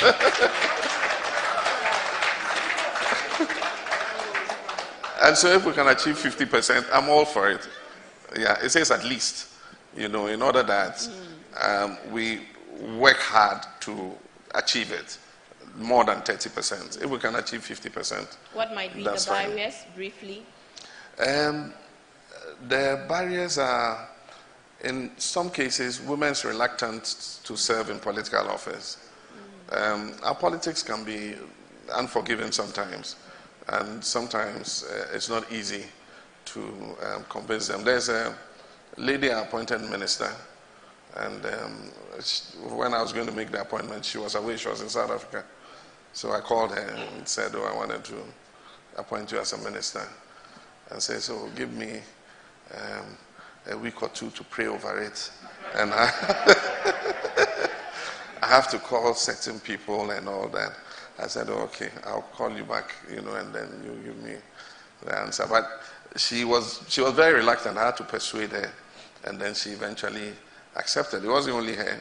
Another minister said she had to ask her husband, and she needs her husband's, say so before she accepted. Eventually, I was able to persuade her to. So it does not come as easy, but we have a lot of competent women who I think must give themselves to public service. I mean, the maligning and the insults and things, it's something you must develop a thick skin for. When I came into government as deputy minister, I had a very thin skin. Anything that was said about me, I couldn't sleep that night, you know. And I was minded to correct every misinformation about me, and I'll write rejoinders and things and say, but you get to a stage where you realize it comes with a job. And your skin becomes as thick as a crocodile, you know. But that is, I mean, one aspect of it. You know, I would say that aside from that, they are all very qualified. But there's also that societal, especially when you go to the lower levels of government.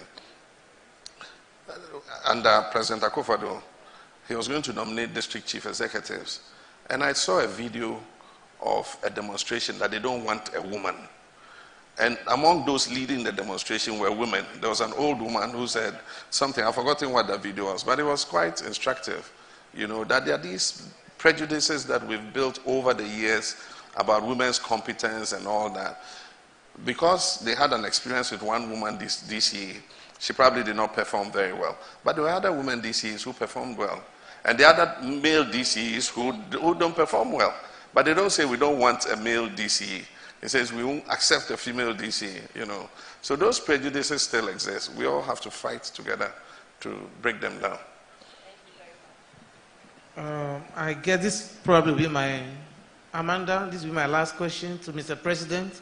Okay, Mr. President, the NDC's promise of a one-time health insurance premium in 2008 fell flat on its face because of unsustainable. Now, two things. How can you convince Ghanaians today that your flagship program, which is the free primary health care program, will not suffer the same fate as the 2008 incident? And two, what do you tell your critics who say that your promise of free primary health care is meaningless because the NHIS already covers over 95% of diseases burden in the country, or the disease burden in the country? How do you respond to them? Okay. You know, what happened to the one-time premium? The premiums are just a small part of the money available to NHIS. The far larger part of money that comes into NHIS, first and foremost, is from the levy. Then the second largest is the 2.5% that they take from the pension SNIT, scheme. Then the third is the premiums. Now, we decided that, look, we could forgo the premiums and be able to run the health insurance. Unfortunately, when we came into office, like I said, we inherited the single spine. And the single spines crowded out all fiscal space. By the time we took office, wages and salaries were consuming almost 23% of tax revenue. And so 73% of tax revenue, 73% of tax revenue. So you had only 27% of tax revenue left for goods and services, capital expenditure, and all that. And once we started implementing the single spine, it ballooned the expenditure and narrowed the fiscal space. And so it made it difficult in that circumstance for us to implement the one-time premium. But with regards to the free primary health care, we've clearly outlined the source of funding. Currently, we're using the ABFA, the annual budget funding amount, which is from oil revenue, to fund free SHS to a tune of about 3-point-something billion. We're going to use the same annual budget funding amount to a tune of 1.4 billion to fund free primary health care. And so with this, we have clearly outlined where we intend to source the money. And we believe that if we use 1.4 billion of our annual budget funding amount from oil to ensure a healthy nation, it is money well spent. Right. I think that's that's it from us this evening. So we thank you very much for giving us the opportunity to hold you accountable to what you promised the citizens of Ghana. And so the next round, Amanda would facilitate the Q&A from the audience. Thank you, sir. We'll take our leave from here and give you your spotlight. So thank you very much, Shamima and Lord. We really appreciate this. And Your Excellency, thank you very much for your responses. So while we set it up for the questions from the audience, I would also like to acknowledge the presence of His Excellency, the former High Commissioner to the United Kingdom, Victor Smith. Thank you very much for gracing the occasion. And I would also like to acknowledge the presence of Professor Fred Binga, the Foundational Vice Chancellor of University of Health and Allied Sciences in the Volta region. So, Prof, sorry, I forgot about you. So I would like to give you the opportunity to be the first person to ask His Excellency the questions from the crowd. And on that note, I also like to acknowledge our media partners who are carrying the CSJ Professional Dialogue Series live. That's Joy New TV, TV Africa, Ago TV, TV XYZ, Power FM, Kasapa FM, Ebusia FM in Kumasi, Radio 360 in Takrady, also on Wozo TV, on Facebook and YouTube, and on John Mahama's Facebook and YouTube channel. So we've had questions on the from your channel, and we will be sharing that with you as well. So is Professor Binga here? All right. So Professor Binga, you get the chance to ask the first question.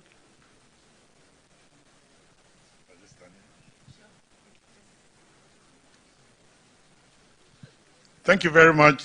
Thank you very much, Your Excellency, for the expanded issues that you've raised and what you are promising us. I will focus on health, actually. I want to focus on the primary health care. I think people are confusing the primary health care with the National Health Insurance. The National Health Insurance does cater for illness. Primary health care is health. It's not only illness.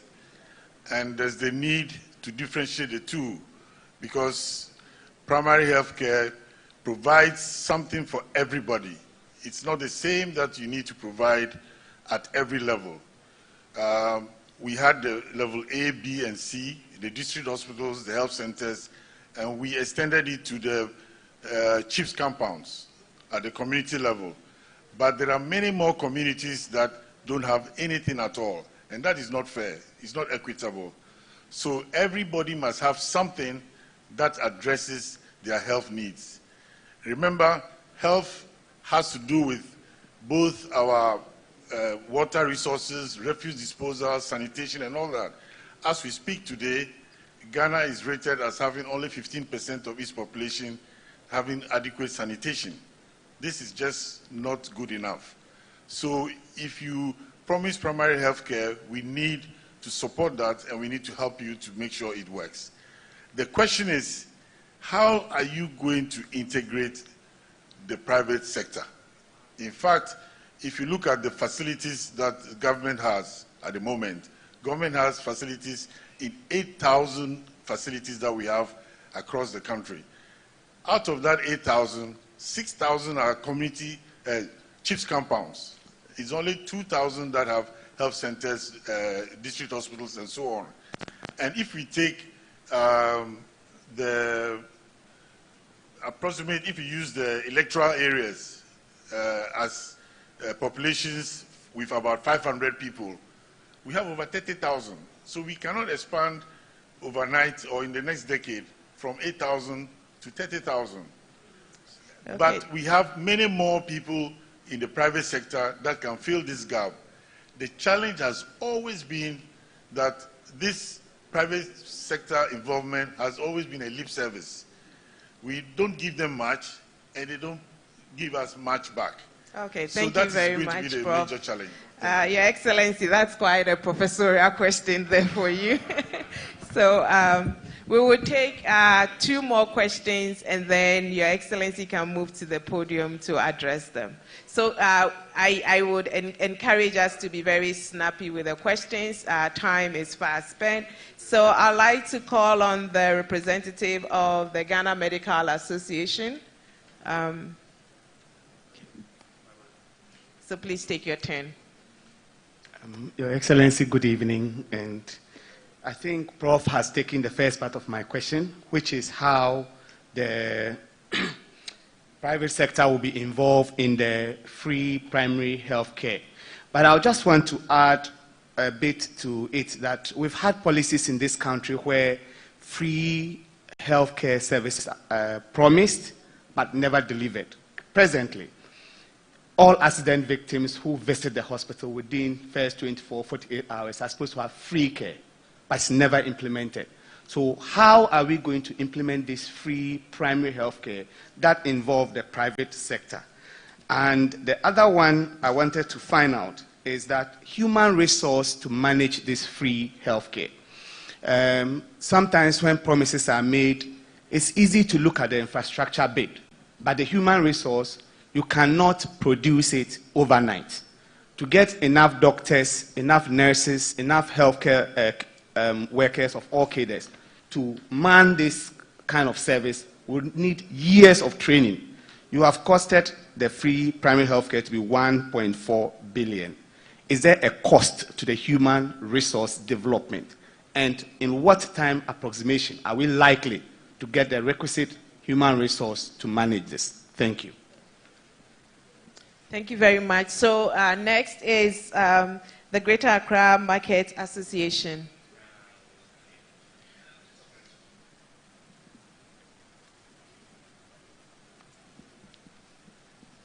So please tell us your name, and then we can go on with the question. I'm Messina Afroanijan, President of Greater Accra Market Association. Your Excellency, all protocol observed. Thank you very much. As you mentioned the name, Greater Accra Markets Association, then you know that my first and foremost priority is about markets. And we have heard a lot from the People's Manifesto about markets. We know what was done formally about markets, which Greater Accra is included. Rather, unfortunately, Cape Coast got their own, Kumasi got their own, the Ashanti region, but that of Greater Accra was delayed until the change. Please, I'm pleading on the behalf of the markets. Now, we are getting competition with these malls, so if you don't get modern and well-organized markets, it will come to a time where people will stop coming to the market. So we want more assurance from the president that if God permits, 2021, their first and foremost attention will be markets in Greater Accra. Thank you very much. Now, the second issue is we thank God that the president has taken a woman as the vice. We are very happy. But my advice is, she's now a tree. So the presidency should make sure that they give her branches.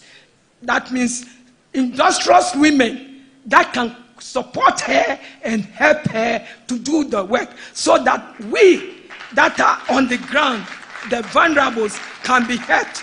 Because if they pick women to support her, they will be thinking of those of us on the ground about this thing, loans for us, about financial support, everything that we need to do our businesses. So we put that in the bowl of the president.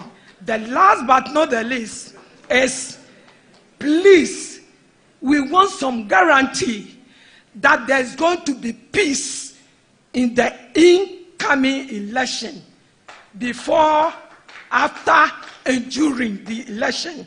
Because if there's trouble, those who suffer a lot our women and the markets, because everybody will be coming to the market to loot. Thank you very much. Thank you very much. Thank you very much.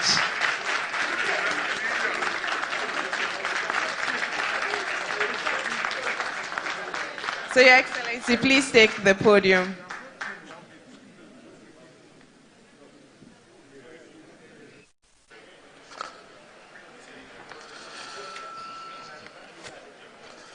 Yes, the first question, Professor Binka, thank you very much for that question. I know you are some of the experts who we will have to rely on when we come to the implementation.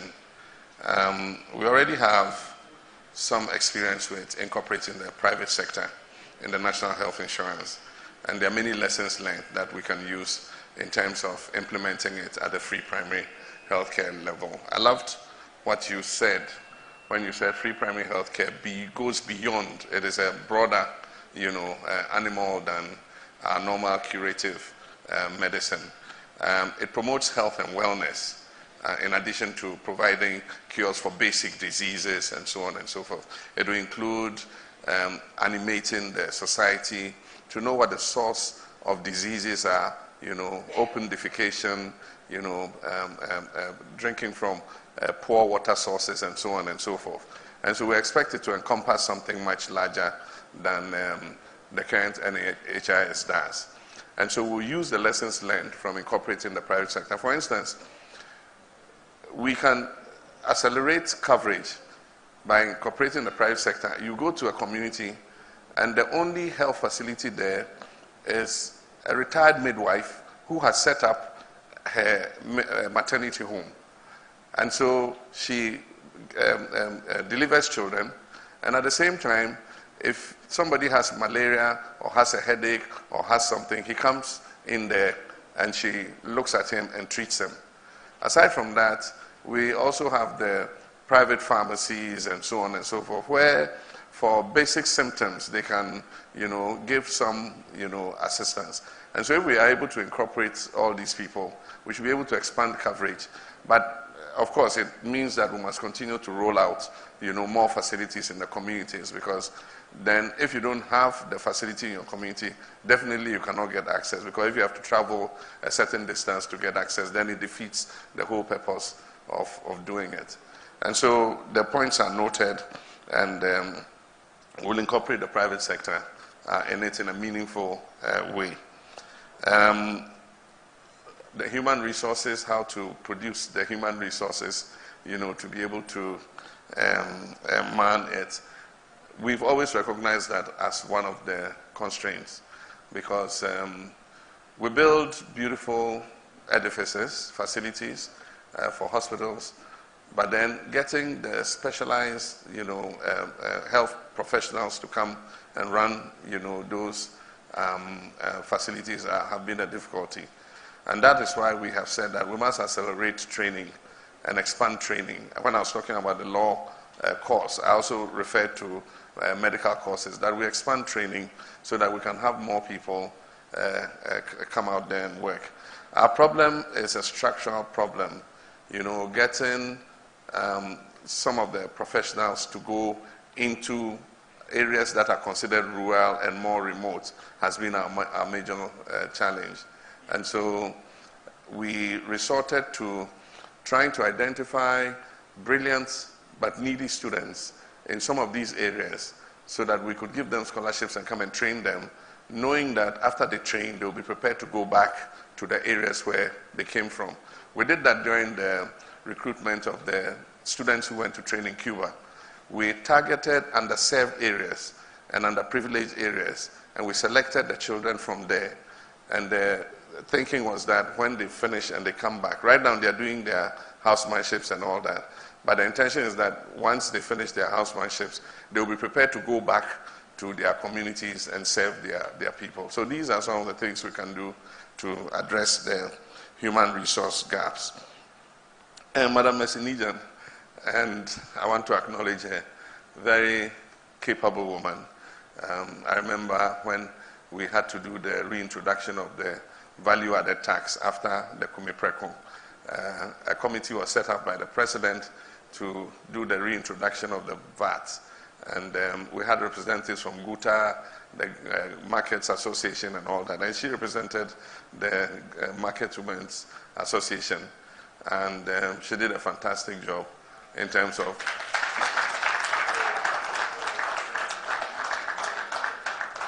educating the women about what the value-added tax is and how it would help the economy. And that's why today we have the value-added tax reintroduced successfully. But you're right, we did a lot of markets, and a home market, Atonsu market, Asesawa market, Tafu market, I mean so many of them all over the country, New Ebrim market, and I mean there are so many. We wanted to do the markets in Accra, Nima, and several of the other markets, Sraha market, and we planned them to be on a BOT basis. And so we got private investors who are going to partner with government in order to re-engineer those markets. Unfortunately, we were not able to be successful before we left office, as she said. And so, yes, I agree with you. We'll give some priority to the markets in Accra, you know, when we have the next opportunity. Because the environment of the market must make it attractive for people to want to go there and do business. I mean, there are some of our markets that are such an eyesore.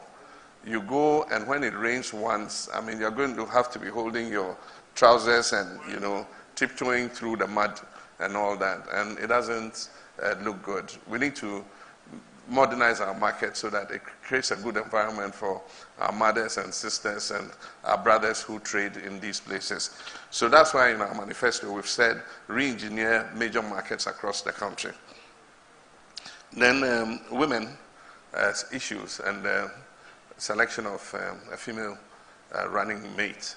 I believe it's a major step in the march for women's empowerment.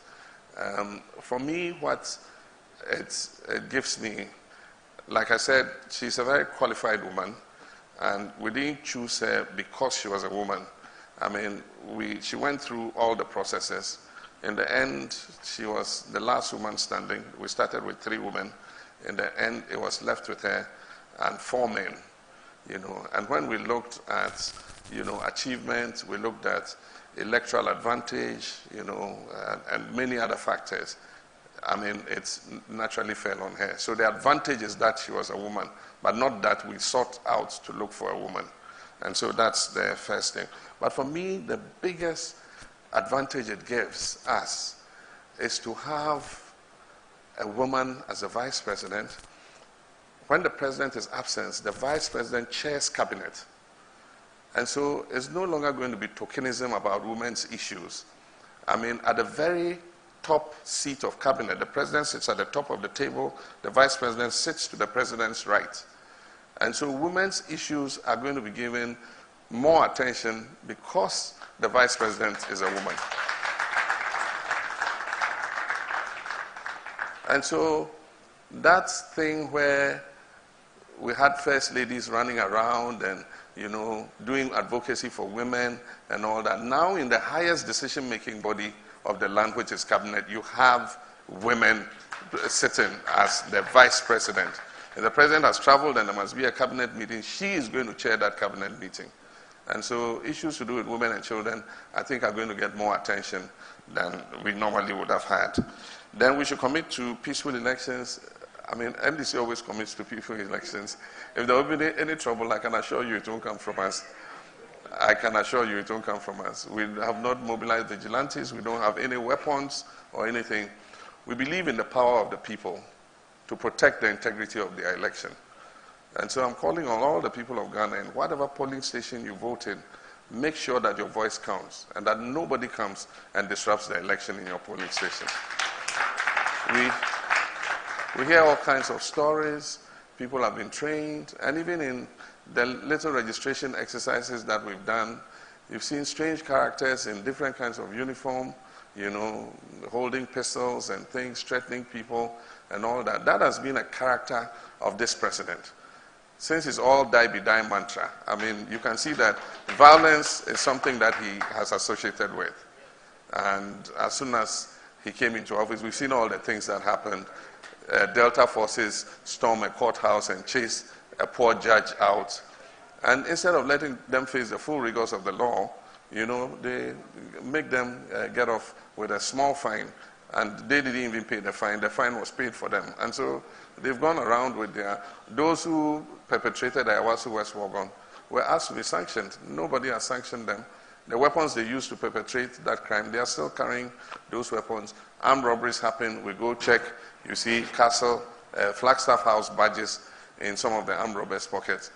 So they've created a climate of insecurity, and they've compromised the safety of this country. Some of these people that they have put in the armed forces and the police service are known thugs. They are known in society. They were thugs involved in armed robbery and things. Today they are in the security forces. And so they work during the week as soldiers and policemen. Weekend, part-time, they go and rob. Thank you. Thank you very much, Your Excellency. May I please plead with you to be on the podium while we take the next round of questions. This one is coming from a Ghanaian living in Ethiopia, so from our social media page. So I'm going to read it as it's stated. Former President, would you promise Ghanaians you and your minister will allow publication of your assets and liabilities that you declare before taking office? And when you leave office, will you subject yourself to lifestyle audits? Yeah. No, it's a... So we'll just take that one. Should we take one? No, we'll just take that one while we get to the audience too. Okay. I have said that for those who wish to serve in my office, they should be prepared to publish their assets and have the assets audited. Those were my words. And so we'll seek to change the law, the regime that deals with assets, public assets declaration. Right now, it doesn't make any provision for publishing. And you have to deposit it with the Auditor General, and it is kept there under lock and key unless there's a court order or some legal process that requires that it be given. We must change that so that when people come into office, it is possible to investigate their assets and know what they had when they came into office and make sure that they are not, acquiring illegal wealth. Lifestyle audit is something that we have not been doing in Ghana, and that is because of the revolutionary experience. During the revolution, there were issues with lifestyle, how many toilets people had in a house, and those kinds of things. So it's created a certain issue like if you use lifestyle audit, you are witch hunting. But in all the advanced countries, lifestyle audit is something that is done. The taxman will come to you and say, how come you are using a new Benz car? What extra income did you have to buy the Benz car? Are you paying the right tax on your income? And to investigate the source of the car, and based on that, if you have underdeclared your taxes, you can be dealt with. And so it's something that we should go for. If we want accountability in public office, it's something that we must look at. But I'm fully for publishing our assets after we've declared them.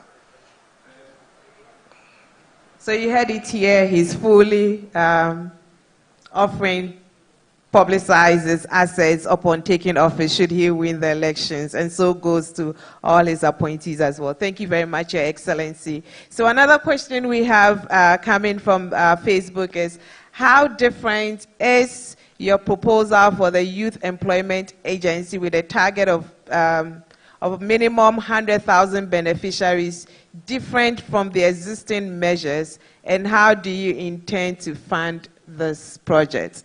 In terms of funding, there's another one that is related to the TVET, so I will take that as well, and then you can answer both.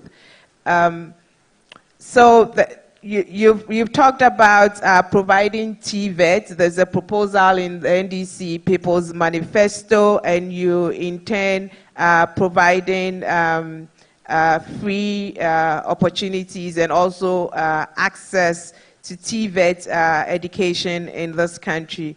how do you intend to fund such a project, considering the current, I think I'll leave it there. It's very unclear what we have here. So we'll just leave it at how do you intend to fund the TVET proposal in your manifesto? Yeah. First, the youth employment is funded through the communication service tax. That's one of the principal sources of funding. Ours is different because we are looking at proper skills upscaling in the period of the youth employment. Right now, it's used as a stopgap measure that young people have come out of school, they can't find work. So put them for 2 years into youth employment, and they just get a stipend, for 2 years. After that, you're supposed to graduate them and bring another batch in. But I'll say that it's an artificial job creation exercise. It's not sustainable because you cannot continue expanding the number of people you employ under youth employment. And so the best benefit they can get, and I learned this from the Kenyan model, is the skills upscaling that they go through while they are in youth employment. We're not paying too much attention to that. We're just putting them in, take them to an intersection, let them direct traffic, go. It's the entrepreneurial aspect. In our time, we had the youth employment, and then we had the Youth Enterprise Support Initiative, which I think we should upscale in a better way, because young people have ideas. The problem they basically have is that they don't have access to credit at the right interest rate, affordable credit, and then they don't have the technical support to be able to set up their own industries. One of my regrets as president is that we did a pilot with 10 million Ghana cedis, and after the pilot, we're going to upscale the amount of money available to the young people in the Youth Enterprise Support Initiative. We're not able to do that before we left office. But given another opportunity, we're going to make the Youth Enterprise Support Initiative as big as the youth employment, so that young people can come, set up their own businesses, and employ others to work. That is the only way that we can get a handle on this youth employment issue. Technical vocational education and training.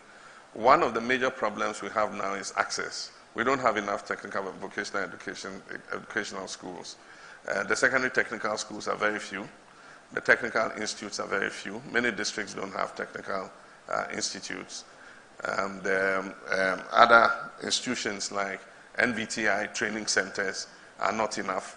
So one of the major things under the big push is to upscale access and facilities for technical vocational education and training. And so we're going to fund that under the big push. And so part of the money will go into providing technical vocational education training centers in almost every district.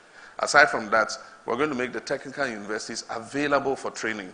Anywhere there's a technical university, when the school goes off, we'll do a modular system where we bring these young people in to come and train in various vocations. When school reopens, they go back.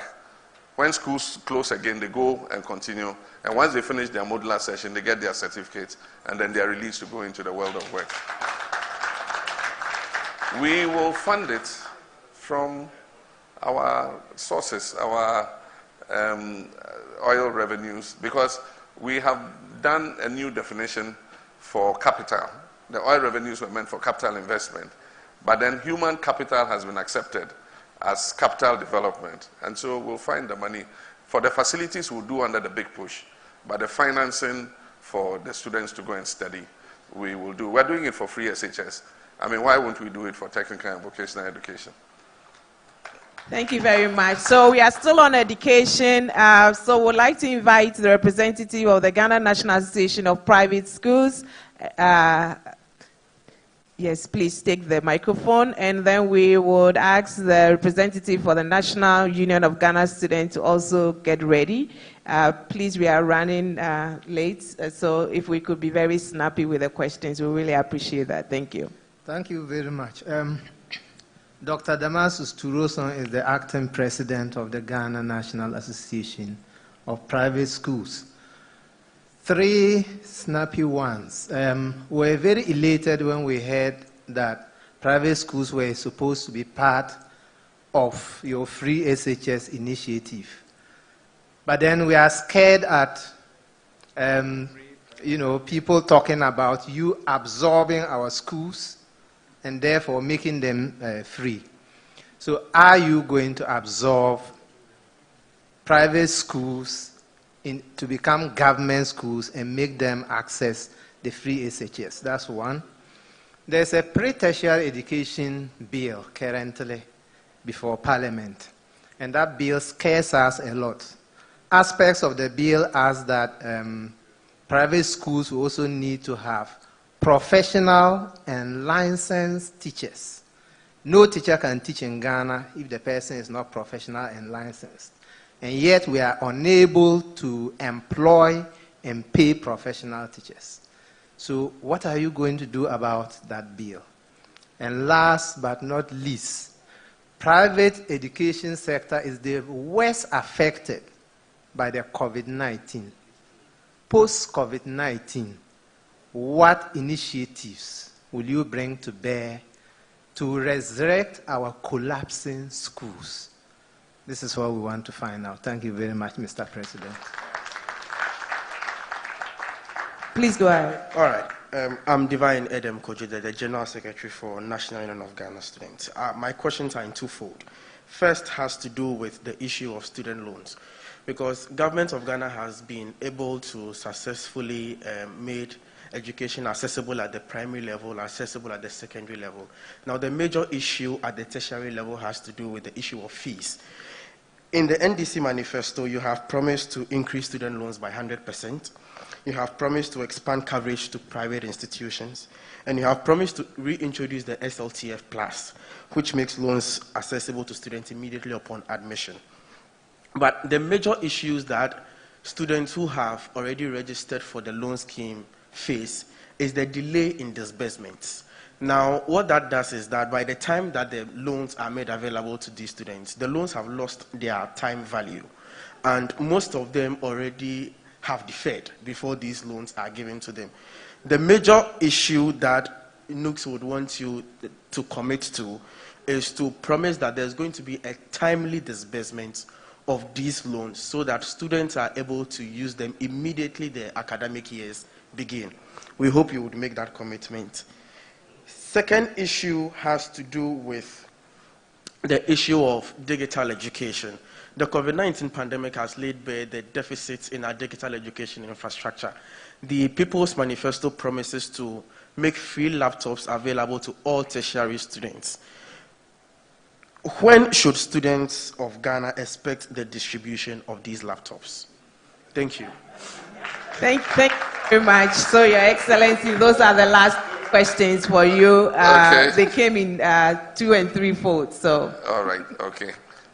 With the issue of private schools, absorbing the schools into the government system, I haven't heard of this one, and it's not our intention to do so. We believe that we can have a partnership with the private sector where government is able to, where the private schools are involved, put the children who go there on a kind of bursary that allows them to go into the private schools. And so we're working that out. We met with the proprietors of private schools, and we say, especially in underserved areas. I went to Elubo during my last campaign tour of Western Region, and the only secondary school in Elubo is a private school.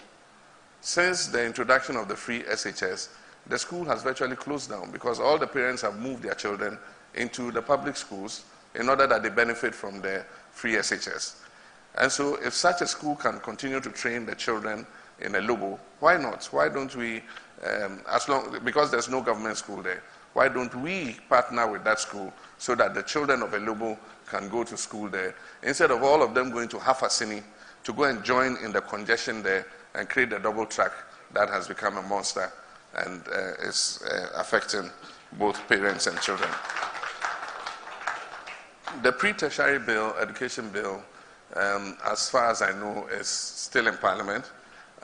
It's supposed to receive memoranda from different stakeholder groups. And I don't know if your association has presented a memo to Parliament, but if you have, then the advocacy must be done strongly. I don't know the particular clauses in the pre-tertiary education bill, but I'm sure that, the case that you make is something that can be looked at. Of course, we want to improve the professionalism and level of our teachers in all schools, but I think that the challenges that the private schools face especially must be taken a look at. The advantage the government schools have is that the bill for the payment of teachers is absorbed completely by government. And so whether the school is in session, under COVID, no teacher went unpaid in the public system. But in the private system, the children were at home, they were not coming, no fees were coming. There's no way you can continue to pay your teachers. So they face peculiar challenges that must be taken note of in the consideration of the bill. That is how to resurrect from the effects of COVID-19. That is why we recommended that government take out of the stabilization fund to assist organizations that have been adversely affected by the COVID pandemic. And private schools are a major, institution that have been severely affected by the COVID pandemic. And so my understanding should be that a certain significant amount should be given to private schools to cushion them. At least you could use that to pay some stipend to your teachers, while they still wait for a full recovery to take place. But I don't know how you've been able to interface with the institutions that are disbursing these monies. And if you don't do that very quickly, they probably will run out, because now that they're using it for politics, giving to their chairman, their party executives, they're giving to market traders and asking them to swear oaths to vote for them, and so on and so forth. If you are not careful, you, the private schools, might lose out, because now that money, 600 million, has become a political instrument to win re-election. But certainly we have had engagements with you, and we share in the challenges you have. And one thing you can be sure of is that an NDC government will be a better listening partner to you than the current administration. Student loans, you remember we advocated the student loans plus, and one of the things that we assured, at the time we did, was that we will pay a certain amount to the students, especially the first year students, upon production of an admission letter, because that's when they need to pay the admission fees and all the other fees. And many of them are not able to take up their places in the university because they were not able to raise the money. And so without asking you any questions, you produce an admission letter, we'll give you that first tranche so that you can pay those initial fees. And then once you are in the university, then we will continue to see how we can enhance the delivery of the loans to you. Of course, we recognize that timeliness has been one of the major parts, but it's going to get worse because the main source of the loan trust is from the Ghana Education Trust Fund, GET Fund. And this government has gone to mortgage the GET Fund for 10 years and taken almost all the money, $1.5 billion, and so it consumes almost 60% of the, repayment is going to consume almost 60% of the GET Fund. So it means that under this administration, unless we find some new sources of funding, money for the student loan is going to become a bit of a problem. And so we will make sure that we're able to make it more timely, because we know that has been one of the major problems. And one of the solutions we're giving is to give a certain amount of it in advance once the person has received admission. And then once he comes in, to make sure that we give it, if even not in one big lump sum, to give it in some installments. That gives the student something to be able to continue to live, while he studies. And then the last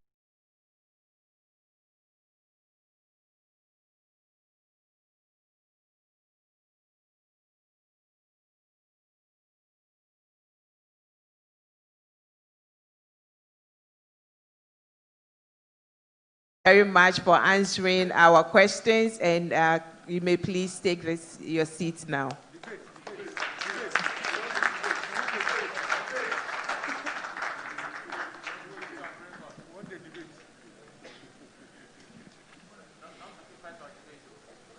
We've heard you. As an organization, we are working on it. So this is our first attempt. We got you an encounter. We haven't given up, and we know that the interest is there, so we'll continue to pursue it. Thank you very much. Okay, so all too soon, we've come to the end of this evening's program, and I would like to take the opportunity to thank His Excellency John Dramani Mahama for making the time to be with us. Indeed, these encounters have their own risks and benefits. And so you will probably understand why some candidates will shy away from it. But I think that the opportunities far exceed the risks that is involved for a candidate who is seeking the mandate of the people. So we are very grateful that you took up this challenge and have come to share with us your ideas and hopes and aspirations for this country. And we look forward to future engagement with you, and hopefully other candidates will also join this encounter, and we might have the debates. Let's keep our fingers crossed. Thank you very much, and I would like to thank everybody in this room. All protocols observed. Thank you, thank you. In this time of COVID, and yet you are here with us. We are really grateful. Most of you have observed the protocols as we've been here. Thank you very much. All this while, we've had the representative of the Chief Imam, Imam Mohammed Awas Shaibu, who is a member of the advisory board to the National Chief Imam, who has been here with us. And we are grateful for the Chief Imam sending his representative to be here with us. And so would like to call on Imam Shaibu to give us the closing prayer.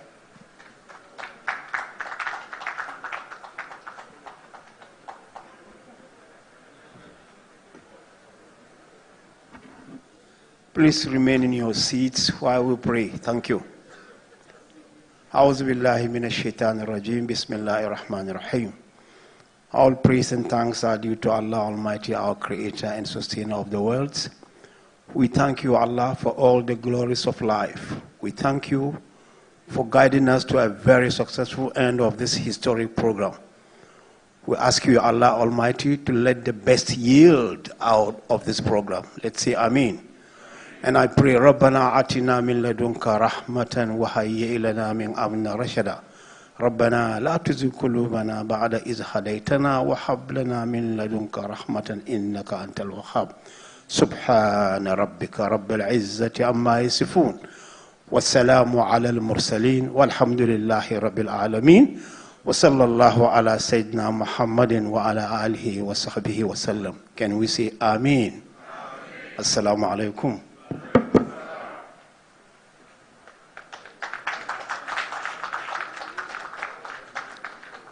Thank you very much, Imam Shaibu.